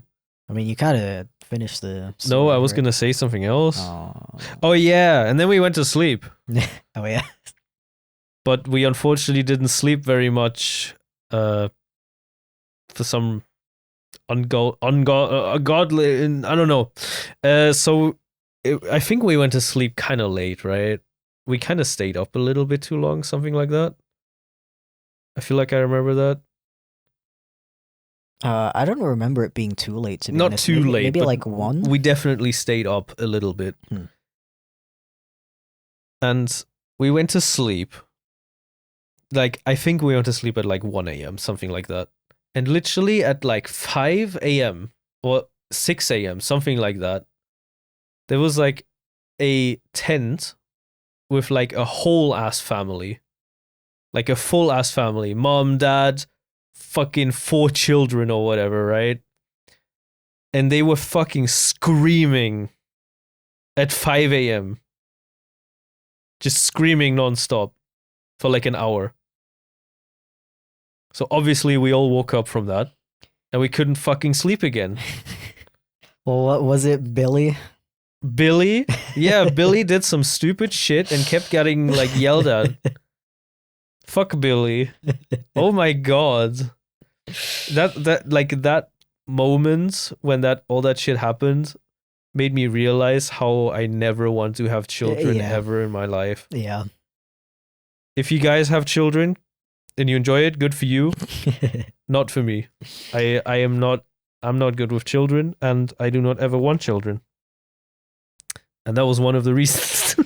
Yeah. So, wow. Like from that point, it was just so loud because like then everyone starts getting up and they're all like. Yeah, they all started getting up at the same time. So yeah, we slept like 4 hours, maybe even less. Just kind of stayed up at that point. And we had like 250 kilometers to go to the next fucking spot. Like, that was like really fucking annoying because I was really like planning to have like a good night's rest because I have to drive so much every day. Yeah, I think we just kind of like had a chill morning, had some breakfast, slowly got our stuff back in the car, and then went on our way at like 10 or 11. By the way, I think we spent 36 euros. Yeah, I think it was £37 actually. £37. It was kind of expensive. So maybe a little bit more, £40. Yeah, 40 euros, sorry. But it was like, considering all the facilities they had, I guess it kind of they had kind of makes sense. Really, really good facilities. Yeah. That was fucking amazing. Did I have a shower there? I had a shower there. I don't know if you did. No, I don't think I had a shower there. No, I didn't. Yeah. We didn't really see the city, the village of Cobleland. No. So we can't give that a rating, but campsite. What is your rating? Like a 7 out of 10 maybe. For a campsite, yeah, that was pretty good. 7. 7 as well. Yeah. Probably good for families, although if you're an adult hanging out with other adults, I feel like it's probably better to just wild camp. Yeah. if your friend doesn't have a fever, that is. Yeah. Yes. And then it was day 15 with another 253 kilometers. Very long drive. And it was back to England, to the Lake District, which is a big national park. And very, very beautiful. Mm-hmm. Hello? Okay, the neighbors just fucking dropped their bowling ball. Okay. They're always dropping the bowling ball collection. They gotta take care of it. So yeah, not much to see on the way there, I think. I think we stopped to get gas. I think we got some like food from... Yeah, we went to this weird retail park that was still in Scotland. Oh, I actually don't know if that was before we went to Cobleland or after. I think that was before. But there was like this, we went to after, I think. We went to a Morrison's and we got like a meal deal. And there was this really weird guy working at the self-checkouts. Because Tim got a meal deal, but he didn't get the deal. He just got like a sausage roll and a drink. Oh yeah. And the guy was like, go back to where you got this from and get yourself a snack so you could get the meal deal. And Tim was like, no, it's okay, I don't mind. And he was like demanding to get the snack it's so like, he can get the you're deal. getting the deal even if you want to or not. It was like really hard to tell if he was joking or not. And he said something weird to us as well. Do you remember? I don't. We were like we were trying to pay. Yeah, and we bought a bag of crisps, I think. And he said something weird about how he was gonna like have like if those were for him or something like that. Yeah, he made really. It was like one of those like boomer jokes. He had such a like serious expression on his face constantly that it was really hard to tell if he was joking. Yeah, I don't know. That guy was really strange. I totally forgot about him. The whole area was really strange as well. I think it was kind of. I don't know why I have Glasgow in my head. It was before Glasgow. It was kind of like close to Glasgow. I remember. I think because we were talking about like maybe passing through Glasgow just to like have a look, but we decided not to in the end. We drove through it actually though. We drove through Glasgow, not like the city, but the like residential areas and stuff. Yeah. Because there's only one road going from where we were to England. There was no way to go around Glasgow. Yeah. Yeah, we drove through it and it looked really. Yeah, it didn't look very nice. Yeah. I'm sure there's nice areas in Glasgow, but I would have to give that another try one day. But yeah. Then it was off to the side farm campsite. And we spent 30 euros. Euros? I think. Or was it 30 pounds? I honestly don't remember how much it was, actually. I think it was actually like £25. Something like that. It was pretty cheap. It was pretty cheap. We had a hard time finding the owner to actually like. I was going to get to that. So we drive there. We're like, all right, we found this campsite on Google Maps, probably. We were like, all right, we're going to the Lake District. Let's just go to a campsite in the Lake District. And then we drive there, and we arrive, and it was just a farm. Yeah, it was kind of like nerve-wracking, I guess, whenever we planned to stay at a campsite. Because it's kind of like you don't know what to expect. You don't have that like confirmation that you have when you like book a place. Yeah. You just drive there, hope that they have space, hope there's even a place there. Mm-hmm. So it's always a bit like nerve-wracking. So we walk, like we just park on like in front of the farm.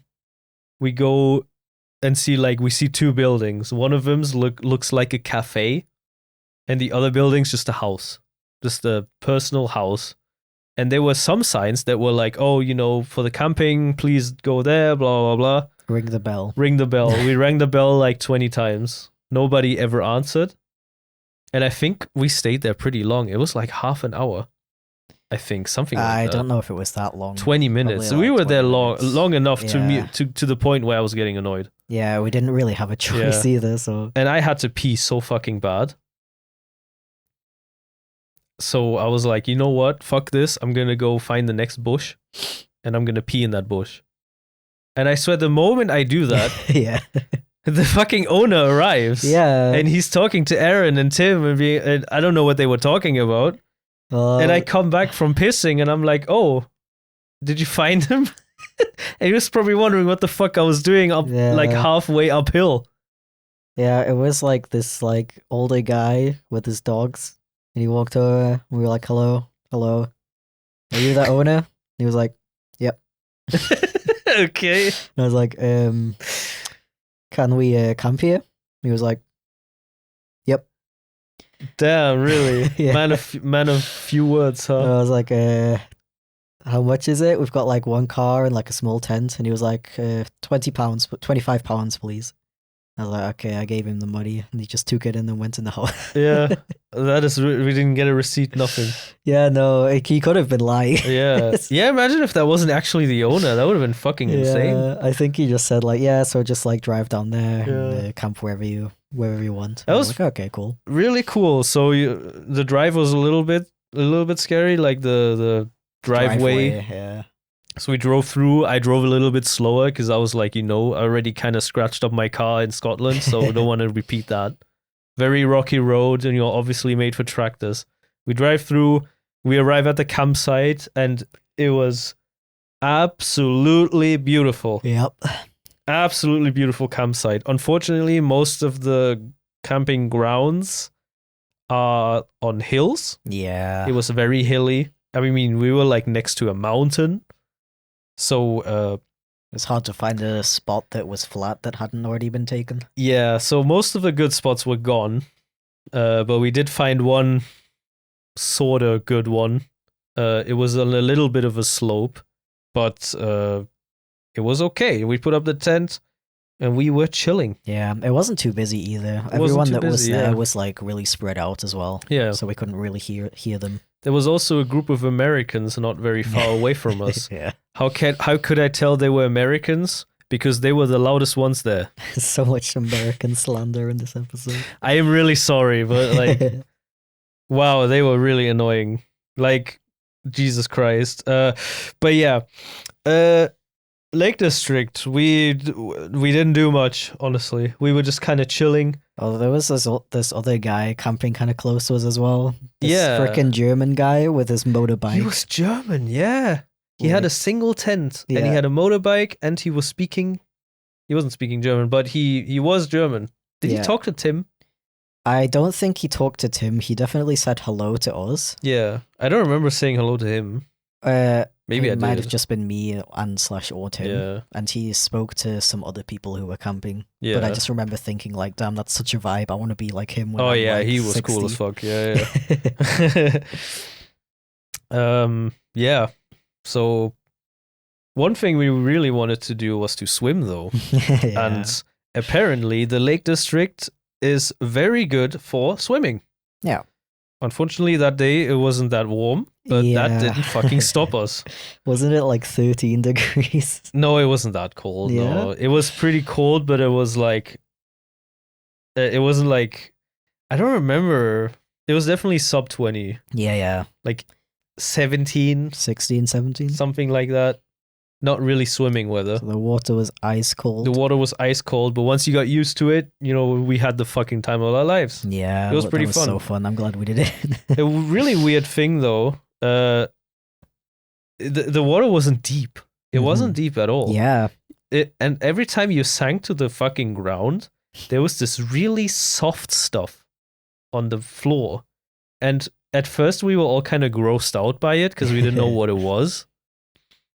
So I like dug up some of it with my foot, and I think that was clay.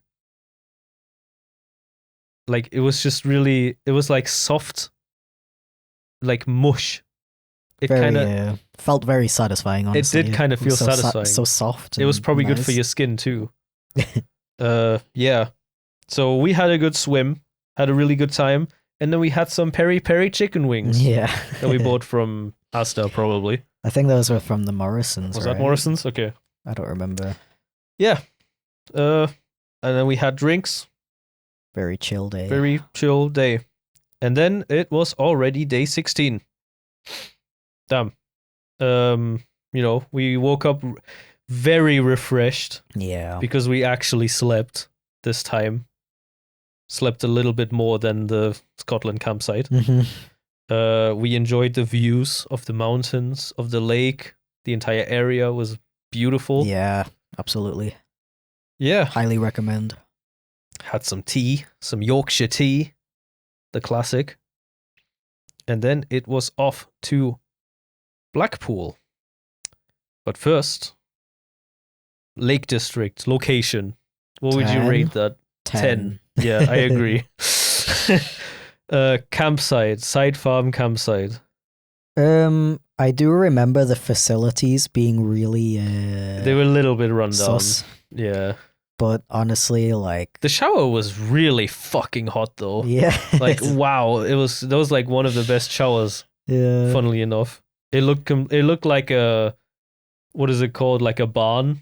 Yeah. It was like a Yeah. barn, and there was just like random showers. Yeah. So other than that and the ground not being even that even, Mhm. it was a really good location for not that much money. Yeah, So I'd give say it 8. Yeah, I'd give it like an 8 as well, Yeah. honestly. That was a really good campsite. Amazing location. Really, really amazing. Really chill, really fun. Yeah. And then it was day 16, off to Blackpool. Total driving that day, 195 kilometers, not that much, funnily enough. And we wanted to go to Blackpool and Liverpool. Yeah, Blackpool was just like a stop and have a look around kind of thing, but we were actually staying in Liverpool. Yeah. So Blackpool, we just kind of walked around. We parked pretty close to the beach. We were a little bit further away from that pier, not the one with the theme park on it, the normal pier. Mhm. I think that was like a good kilometer, probably. I Maybe less. have to say, it felt really weird to be in Blackpool Yeah. because I have been there before as a kid yeah. when I was like 10. And it looks exactly the same. yeah. Like most of it is really run down. Yeah. I mean, it's been in decline since the fucking 60s. Yeah, something like that. Since the 60s. It has a very interesting history, honestly. Yeah. But, you know, there was a beach. The weather wasn't very good that day, but there was a beach. There was a pier. Yo, we had the banging fish and chips. I was going to get to that. You keep spoiling what I'm going to say. No. And we had the most banging fish and chips. I'm just really hungry, okay? I know. And also the fish and chips was the highlight of Blackpool. Everything else was kind of mid. Yeah, honestly, go to Liverpool instead. You don't need to go to Blackpool. And that was it. That's what we did in Blackpool. We just walked around, had some fish and chips, and then we were like, all right, let's go to Liverpool. Yeah. For like, I think that was like 2 hours in total, maybe. Something like that. Yeah. Honestly, 4 out of 10. Yeah, 4. Yeah. Below average. Yeah. What was the worst rating we gave so far? Was Probably, it Stoke? Yeah, definitely. What did we give that? 1? Like 2, I think. 2? 3 maybe. So not as bad as Stoke. And then we were like, all right, let's get the fuck out of here. Go to Liverpool. Oh my God. And really, really weird place we stayed at. Yeah. Richmond Row Apartments, it was called. Which was a apartment building, but they rent out Airbnbs in it for some fucking reason. 87 euros. Which is kind of the second, third cheapest place we stayed at. Mm-hmm. And it was like a luxury apartment. Yeah, it was beautiful. Absolutely beautiful. And it was in the worst location possible. Yeah. It was like industrial. They were like industrial buildings, like in this industry zone. Fucking sky was grey from all the smog. It had the most amazing view of a derelict building. The right view next to of it. the rundown, whatever building that was. It looked like a zombie apocalypse. Yeah, it's so funny, like how amazing this beautiful this room in the building was. Yeah. And it's right next to this thing that's like falling apart. Absolutely insane. But yeah. 2 bathrooms. 2 bathrooms. Yep. It was easy to find. Good, maybe not good parking space, but yeah. One thing about Liverpool, It wasn't too far from the city centre. Wasn't too far from yeah. One thing about Liverpool, I think it has an even worse reputation than Newcastle. Does it? At least I had that feeling. Yeah. Because almost every car that parked on the road had a fucking wheel lock. Oh, yeah. So you couldn't steal it. Mm-hmm. And that was one of the only times I was like actually scared for the car. Mm-hmm. And I was like, damn, my car's gonna get fucking stolen. I don't have that wheel lock that everyone has.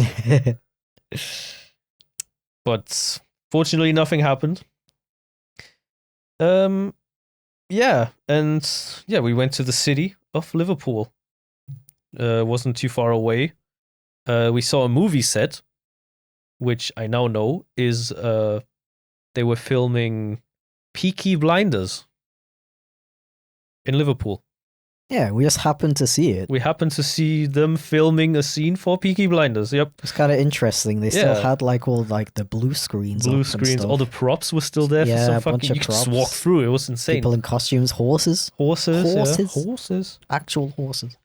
Yeah, and then we just did a bunch of sightseeing in Liverpool. Yeah, I really like Liverpool. Liverpool's great. It's a Yeah. fun sightseeing city. Don't stay at the place we stayed at though.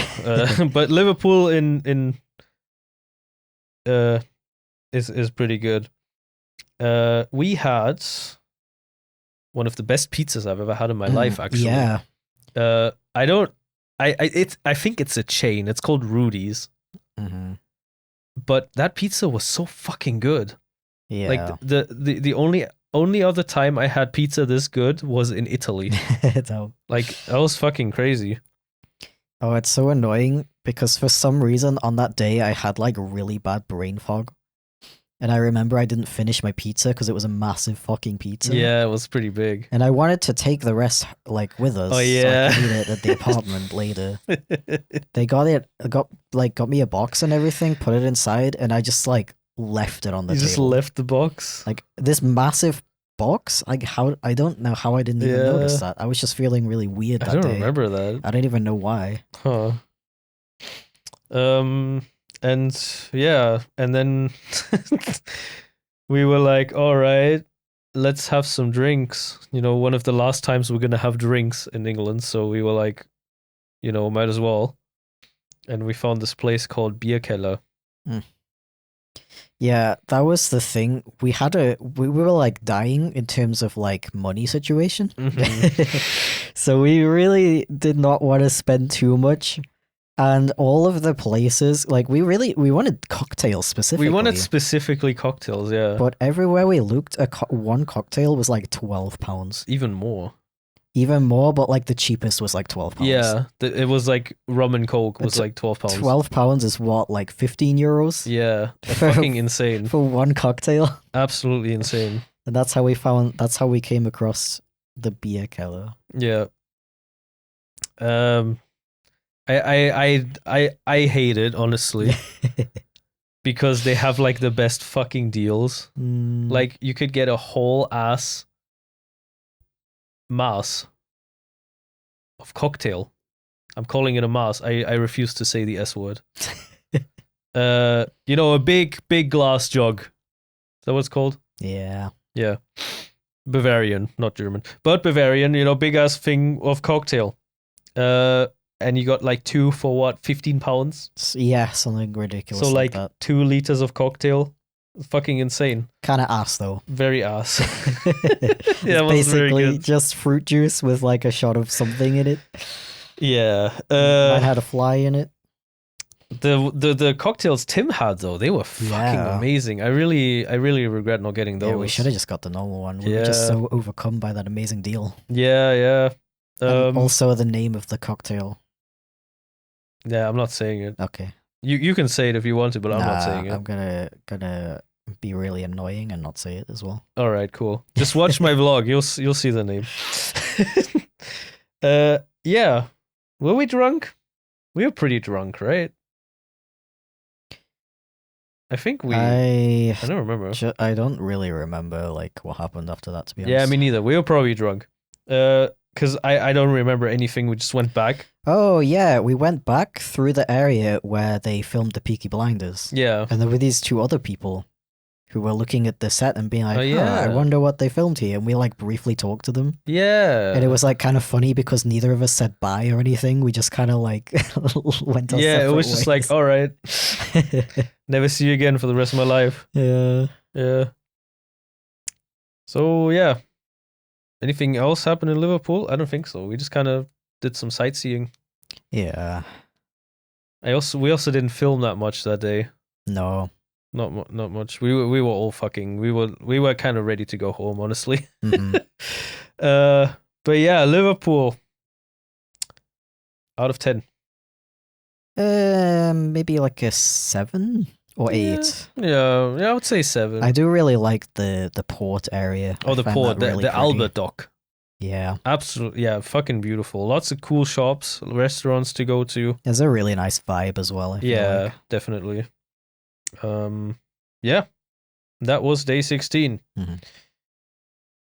Fucking, this number is insane. Okay, day 17. We drove from Liverpool to Cardiff, which is in Wales. We were planning to do more Wales, but we could only do Cardiff. 318 kilometers. Mhm. And we pre-booked a hotel called the Ibis Budget Cardiff Centre. So Oh, that hotel. we actually, quote unquote, booked a different hotel. We did? Oh, fuck, you're right. Yeah. But when we arrived, they were like, "Oh, I don't see your name on the booking. Wait a second. I forgot about that. Your name is on the booking for tomorrow." Yeah, we booked the wrong day. And we were like, "Oh, we're not even going to be here tomorrow." Yeah. But the guy who was... Because the fucking... It was 2 days until the ferry. We Yeah. already booked the ferry. Yeah, you're right. You're right. And we already booked the place in Folkestone. Mm-hmm. Yeah. But the guy who was running that hotel, I don't remember the name of it, sadly. Yeah. But the guy was really, really nice about it. Oh, And yeah, he said like, "Oh, just cancel it through booking and I'll like check the box that says like, yeah, I accept this cancellation kind of thing." So we got all the money back. We got the whole money back. Which is really nice. And he even like checked to see if there was a way he could fit us in that night, but unfortunately they didn't have any big enough rooms for us. So we went with... I mean, I'm glad that we were able to get a backup, which was... I think it was literally only like £2 more expensive than what we paid for. I mean, that 77 hotel. euros, that's pretty cheap. For 3 people, you gotta remember, we're 3 people. I was already amazed that one place that we were supposed to stay at was so cheap. It was even cheaper than that. Yeah, crazy, right? And that was like a proper guest house, like really nice looking guest house. This place that we ended up staying at though, yeah. It looked like a hospital. It probably was a hospital. It probably was. That's my theory, that it used to be a hospital that they converted into a budget hotel. Yeah. The shower was not like a room. It was like a capsule almost. There was just a glass door and you walk in and you're in the shower. Which is in the same room as where the beds are, by the way. Yeah. And the toilet was in like this tiny ass room. Oh, it was so next small. to the door. Yeah. My legs were literally touching the door when I was shitting. Yeah. That was not nice. And there was like the main bed, like a double bed, and there was like one person bunk bed. Yeah, there was a bunk bed on top. Like for the child that was staying there. Turned to like a 90-degree angle. It was so fucking weird. That was like a subliminal space. Yeah. But yeah, we took our stuff, left it there, and then we were like, all right, let's go explore Cardiff. Also, sorry, I just remember the parking situation? That was fucking annoying. So in order to park at the hotel, you have to book the parking space before you arrive. And then you have to like type in a code or like on the gate or whatever. I don't remember what it was. You have to... Okay, so we arrive at the parking, right? We didn't know about the fucking prepaid parking. Yeah, or like whatever. who pays for parking at a hotel that you've already booked? Yeah, like it's stupid. So we arrive and I'm like, oh, there's like a gate. And then there was like a big ass sign that was like only pre-booked online, blah, blah, blah. And we were like, okay. So I just like stopped in the middle of the fucking road and I just booked the parking space with my phone right there. Mm-hmm. And then, paid for it. The fucking barrier went up and I parked. Really stupid. I don't know why you would do it like that. Yeah, but then we went to Cardiff. And Cardiff was actually really fucking nice. Yeah, it's a very cool city. Very cool city. Even for being, I guess, probably the most touristy place in Wales. It was very nice. Yeah. One of the big reasons.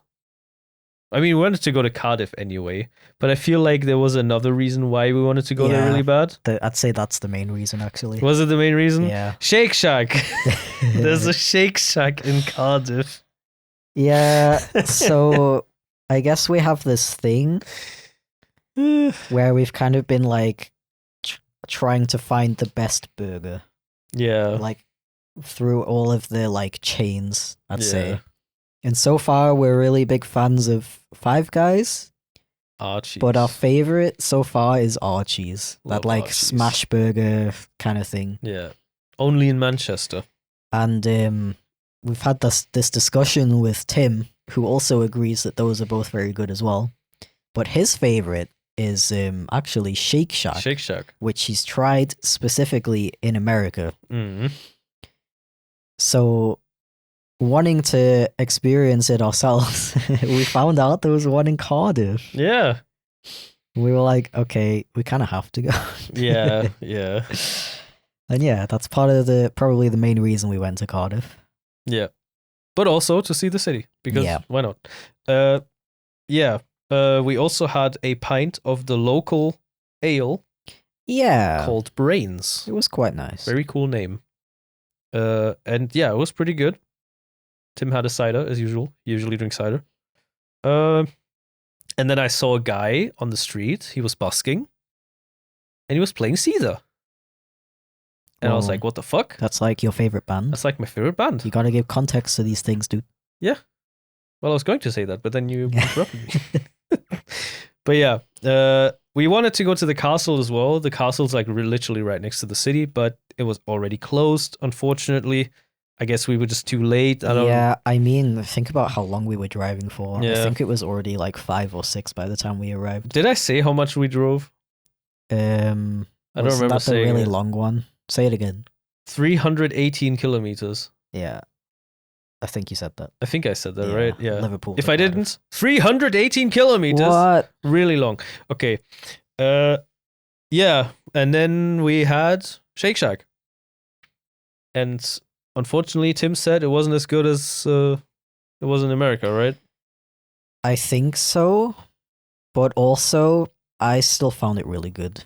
Like the burger Yeah. itself was really good. I do have to say I liked it, but I just had too high of an expectation because Tim was like, saying that that's like the best burger he had, and in America they like greet you at the door and you Yeah. have like this whole experience and stuff, and it The- was just nothing like The that. vibes were very off in the Cardiff Shake Shack, unfortunately. Yeah. They also had a Shopify checkout. Yeah. I've never seen a fucking Shopify checkout. These tablets where you order the stuff yourself. A Shopify. Yeah. That's not for food. It was so weird. Yeah. We also had, I don't know why we got it. I just thought it would be funny. Green Thai curry fries. They were not good. Yeah. Way too salty. Oh my god, yeah. They were crazy salty for some reason. Fucking insane. That was so weird. But I had the beer, the Shackmeister ale. Yeah. Pretty good. Yeah. That was pretty good. And then we got absolutely fucking plastered in a brewdog. Wow. Ah, yes. That was like one of the best moments of the trip, in my Yeah. opinion. We went to a brewdog because obviously, brewdog, I mean, come on, you know us at this point. They had a pub night, yeah, what I'm saying, a pub quiz night. Yeah, we didn't know about it. We didn't though, know about it. We couldn't join it, obviously, but you know, 'cause we were could too stay late. in there and drink, which we did. And at first we were staying outside just because it was like really loud. And I think we had to go inside because of some weird law. Yeah. They were I think like, so. all right, it's like fucking 10, please come inside. You're not allowed to be outside, Yeah. like whatever. So we went inside and there was a downstairs where no one was. Oh, that was so chill. It was really chill. There was an arcade machine. We played cards as well. We, like I said, we got absolutely fucking, like, absolutely drunk. Like, crazy. Yeah. That was very fun. And then we walked home. And we went back to our amazing hotel room. And I do not remember walking back home either. I kind of do, but also not really. Yeah. And then for some reason, did we continue drinking in the room? No, we didn't. No, right? no. Yeah. But we had snacks. Yep. And I remember I bought, what was it again? I bought like a jar I bought reggie sauce. Yeah. And Tim was like really intent on trying it. Yeah. For some reason. And he did some other weird shit. Yeah, so we still had pasta left over for some reason. Yeah. And for some reason he like put all the pasta pieces on the bed. Didn't he try to like make something? He was trying to drink the spaghetti hoops. Spaghetti hoops, really? Yeah. Didn't he like try to make like ramen or whatever, and he only used like warm tap water and it didn't work? Yeah. Wasn't there this really weird thing? Yeah, you're right. I don't remember what it was. Like a cup noodle or something like that. Like a pot noodle. The cup of soup. Was it a cup of soup? It might have been a cup of soup, but yeah, he made it with tap water. I don't know. Because we didn't have a kettle in the room, obviously. Yeah. That was weird. Yeah. And yeah, I was on the bunk bed actually. And I remember I found it really funny because I kept throwing shit down. Yeah. I just annoyed the fuck out of you. But yeah, and then we all just kind of fell asleep. I remember just being so fucking tired, I fell asleep like on the bunk bed. Yeah. And it was weird because I was sleeping by myself. Yeah, I thought about getting you down, but you were like sleeping, and I was like, okay, I'll just like leave him. Yeah, and I was like, oh, okay, well, all right. Yeah, that was a wild night. Cardiff moment. But yeah, very foggy memories. What happens in Cardiff stays in Cardiff. Yeah. Cardiff, what is your rating? Maybe like a 8. Yeah. Yeah, I I'd like say it. 8. I feel Nice like we give vibes. most cities an 8. Yeah. Unless it's really shit like Stoke. Okay, and then what about the hotel?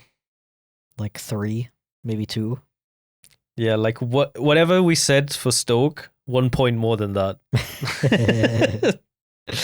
Yeah, it was Like, pretty bad. The only good thing about it is the price. Yeah. But honestly, it should be cheaper.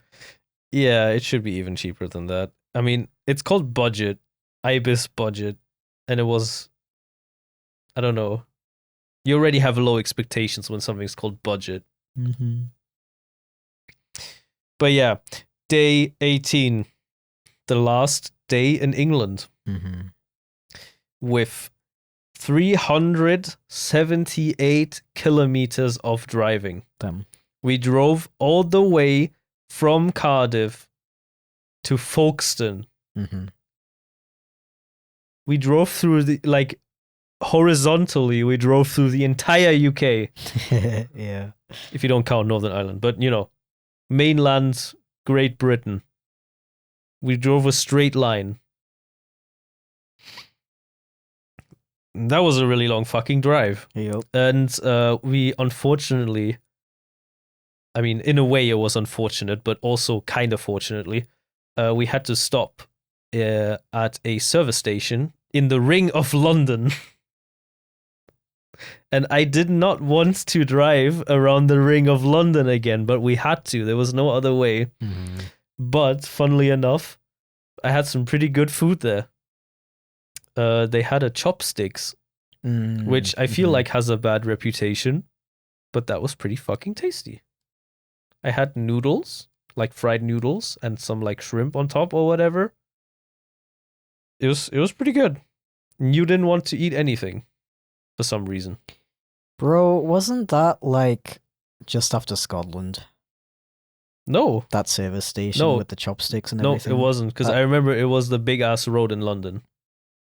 and I had to have a break because I was driving for like 3 hours. Yeah. I don't know. Anyway, stop thinking. Continue the podcast, please. Yeah. Yeah, and then we arrived in Folkestone. It's not pronounced Folkestone. It is pronounced Folkestone. And that was the last day in England. Yeah.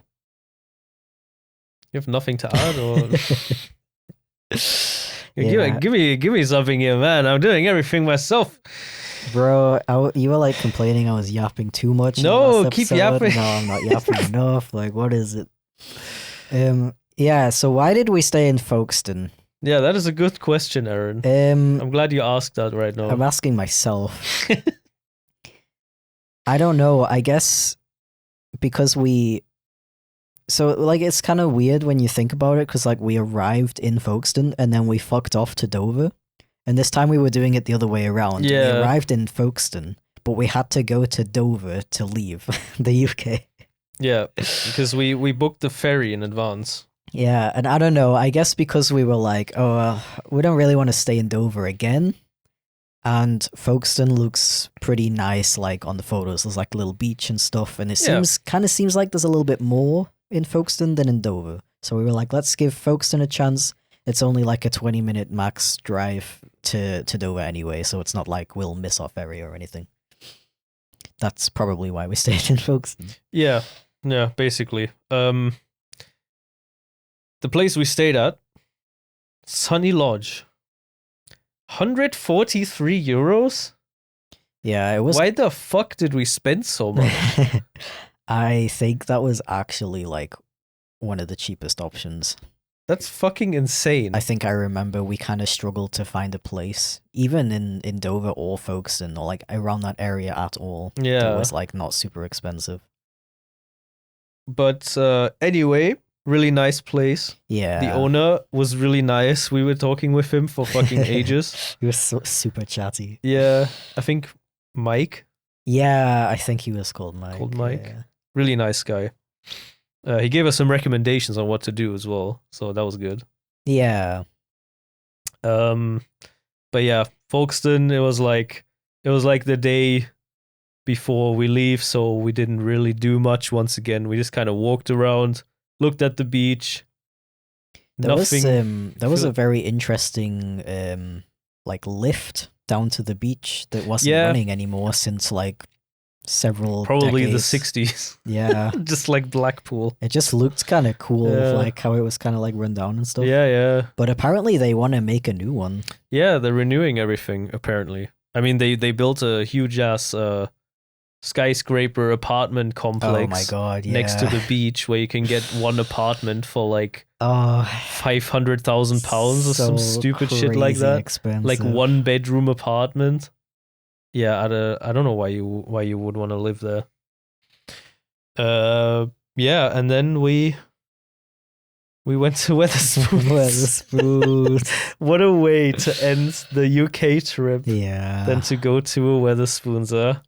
The most beautiful Wetherspoons I've ever been in. Literally, it was fucking amazing. It was it was like this. It used to be a chapel, and it's a Wetherspoons. So there's like religious paintings all over the ceilings and walls. Yeah, it's kind of weird. It looked fucking insane. Yeah, 2 stories. Yeah, and I had like the most British Wetherspoons dinner you can probably imagine. Chicken tikka masala. Yeah. And a pint of Stella. Man, that was pretty good though, not gonna lie. I gotta be honest, like the Wetherspoons curry is really not that bad. Really? It's really not that bad. Yeah, if you're like pretty good. Really craving a curry and there's like no curry places open, it's like really not bad at all. Yeah. As a German, we don't really do much Indian food. Yeah. It's kind of hard to find Indian places. Sadly. So if we had that curry over here, I would probably be happy.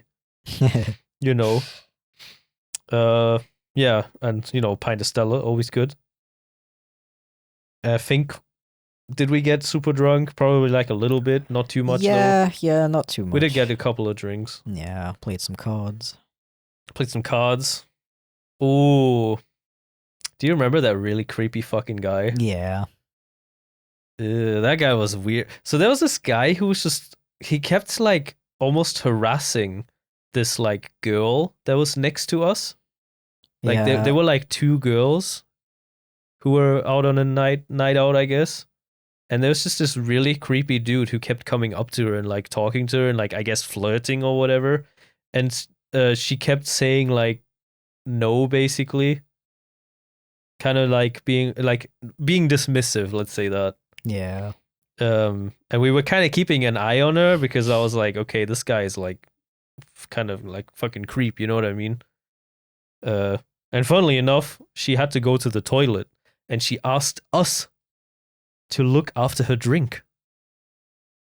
We apparently were the safest looking people around because we was just sitting there playing cards in the Wetherspoons. Yeah. But then we went back to the sunny lodge and had the last sleep in England. Folkestone, 1 out of 10. 1 out of 10? 0 out of 10. What do you rate Folkestone? 1 out of 10. From 1 to 10. Whatever. Out of 10, say it. I don't know. It's kind of hard to rate because we didn't really like see much of it, and we weren't really like planning to see much of it. I do have to say though, there wasn't much city. It was dead.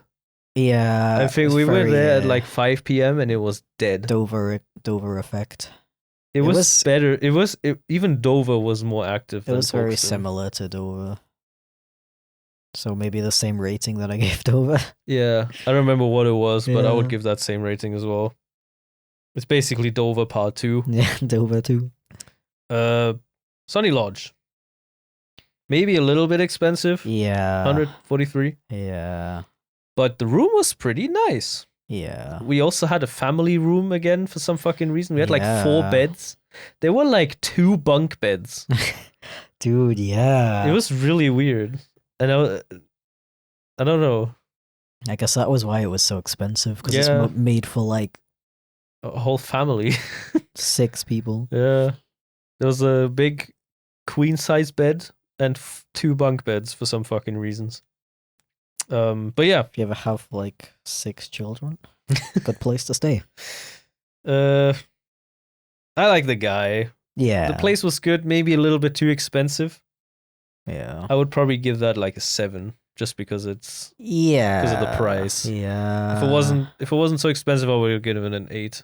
I am tempted to give it a 6, not in like a bad way. Yeah. But because the bathroom was tiny. Yeah, the bathroom and wasn't very good. It was kind of hard to shower because it was so small. Yeah, true. But other than that, it was very nice. Yeah.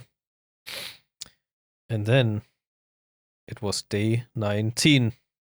We woke up and we realized that we're going to have to go back to Germany or mainland Europe. And we were all kind of a little bit sad. Mixed feelings, I'd say. Mixed feelings, yeah. So, of course, the first thing we did is drive to Dover, which was a stone's throw away. And we had Greg's for breakfast. Of course. The same Greg's we had the first time we were in Dover. And all that. And we had a sausage roll. Sausage roll. Very nice. And then we saw the beach again because we were like, we got to see the beach again because that's the first thing we saw. We got to deliver the rock that came all the way from Loch Ness. And we hit the rock. Did you get any updates from anyone if they found it? Nope. Maybe it's still there. Maybe it is still there. So, guys, if you go to the beach of Dover, look for a crack in the wall. It has a brick in it. There's a rock that's signed by all of us. New geocache just dropped. Yeah, it's a rock from Loch Ness. Get it while it's hot. There's a video on my Instagram that makes it a bit clearer where it is. Yeah, also in my vlog, so don't worry. That too. And then we walked over a decoration in the ground that said start/finish. And then we all started crying. And then hugged and cried and sobbed and rolled all over the floor. And we didn't cry, but it was pretty emotional, not gonna lie. Yeah. The fact we didn't see that at first, we walked over it on the first day without even realizing. Yeah. And then we saw the word start/finish. I remember seeing it and like pointing at it and being like, oh, yeah. Start/finish. Like I could not believe my eyes.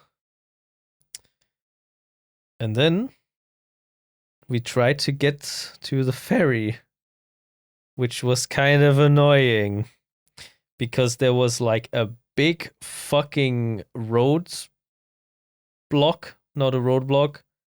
I think there was a big queue. It was really, really weird. There was a big queue of lorries. Yeah, one of the roads was blocked. Yeah.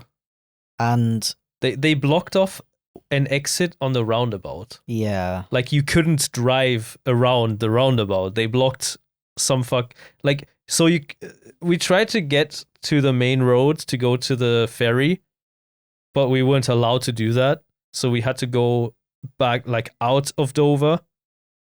And then we tried to turn around, but then we were also not allowed to do that. So we drove like away from Dover for a while. And then we came back to the road, and then it turns out there was like a place where you could just like go left, and it was actually really easy. Yeah, we just I think we misread some sign. Yeah. We thought that we weren't allowed to go down there, but actually we were. Mm-hmm. But I don't know, we just kind of got a bit freaked out because of all the lorries that were queuing. I still don't really understand that part. Anyways, after that scare, we found the ferry. We checked in, got on the ferry. We were the first in line, funnily enough, to leave the ferry, which was kind of cool. We saw the doors open right in front of us. Yeah, our car was the first one that went in. Yeah. Took some cool shots. Yeah. You know. Made some jokes about France as we got closer to it. The classic jokes about France. Took way longer than it should have. Yeah. Because the port was too busy. Yeah, they had some issues docking. So yeah. And there was we were in the chilling lounge, and there was a guy on his phone who was like really upset about the fact that the ferry was not landing, or whatever you call it. Yeah. I mean, for us, it didn't really matter. Yeah. We could leave at any time. Yeah. Yeah, and then we arrived in France. And that was the end of the road trip. Then we drove Tim home to Rotterdam. Yeah, we had one final meal together. We had one final meal together. And then we said goodbye. And then we drove back home to Germany. 527 kilometers. Oh my god. God, that like final drive home felt really short. It did. But 527 kilometers? Weird, right? By the way, the ferry was 117 euros. Yeah. For one car, which is less than the Eurotunnel, funnily enough. A little bit less. No, way less. The Eurotunnel was 189. Damn. Maybe the drive home just felt so short because we were on the Autobahn. Maybe, or like motorways in general. Yeah. Yeah, and now we get to the nitty-gritty of it. Mm-hmm. The costs. Mm-hmm. Because obviously I had to calculate everything together. And all right. I want to know. So, how much money do you think we spent on trains? Like trains? Yeah. We did take trains. Well, we only took the one train to Manchester and back. Mm-hmm. Are you counting the metro as well? I mean, that was like £2, right? Yes. Something like that. I don't remember. I only have the full amount. I think are we doing 3 people as well? 3 people, yes. I think the train to Manchester was pretty cheap, like £40 both ways. Pretty close. Okay. Together with the Newcastle Metro, 51.98 Euros. euros. Oh, so I was pretty close Yeah. with pounds then. Yeah. Okay. How much do you think we spent on buses? When did we take the bus? That was in Stoke. Uh, Because there's no other. Wait, no. Yeah, Stoke, right? Anyways, not that interesting. £7.50. €7.50. 15. Sorry. How much do you think we spent on gas, also known as God. petrol? I do not want to know. Probably way too much. Because obviously, when you drive through places, you got to fill up your car again. Probably like 500 or something stupid. That's pretty good. That's pretty close. 527.94. Oh. 500 euros on gas. Oh. So, how much do you think all of the accommodations cost in total for 3 people? Maybe like close to 1,000. Bit more. More than 1,000. Like Mhm. 1,200. More. 300. More. 400. 1,720 euros. Oh.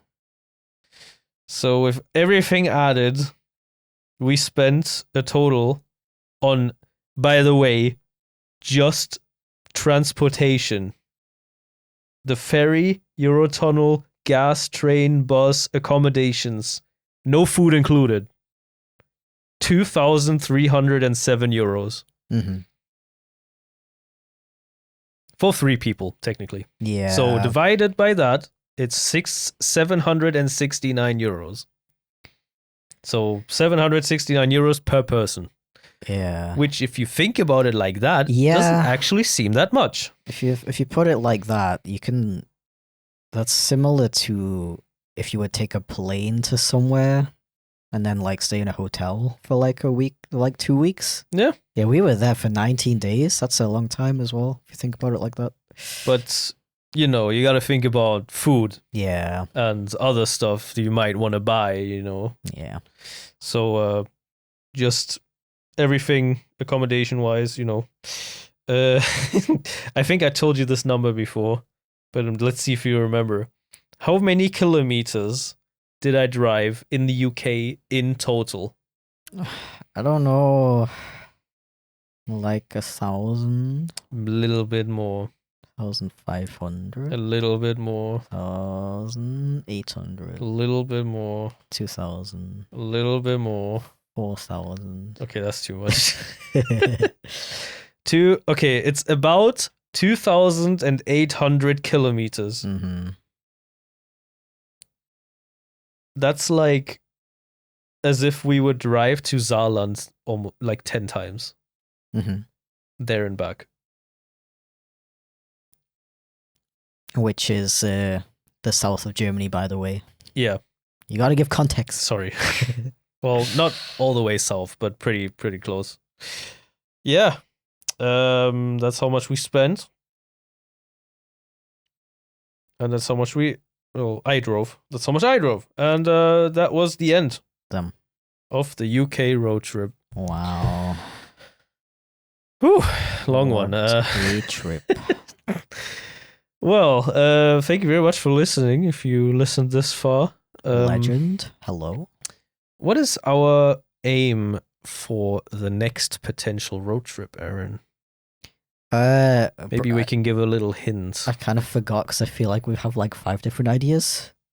Well, we have 2 ideas. Do we? Yes. Do I spoil or like? Okay, how about we say we give little hint, like maybe not too big hints, not too small. One of the trips is going to be through a northern country. Oh. And the other road trip that we planned is going to be through a lot of countries. Wow.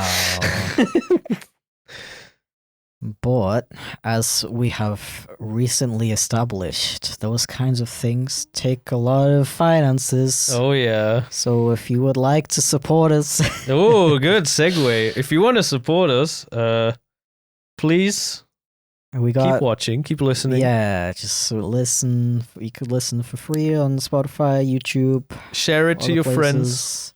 We got merchandise. We got some new merchandise we got shirts. coming pretty soon. Check the link in the Yes, description.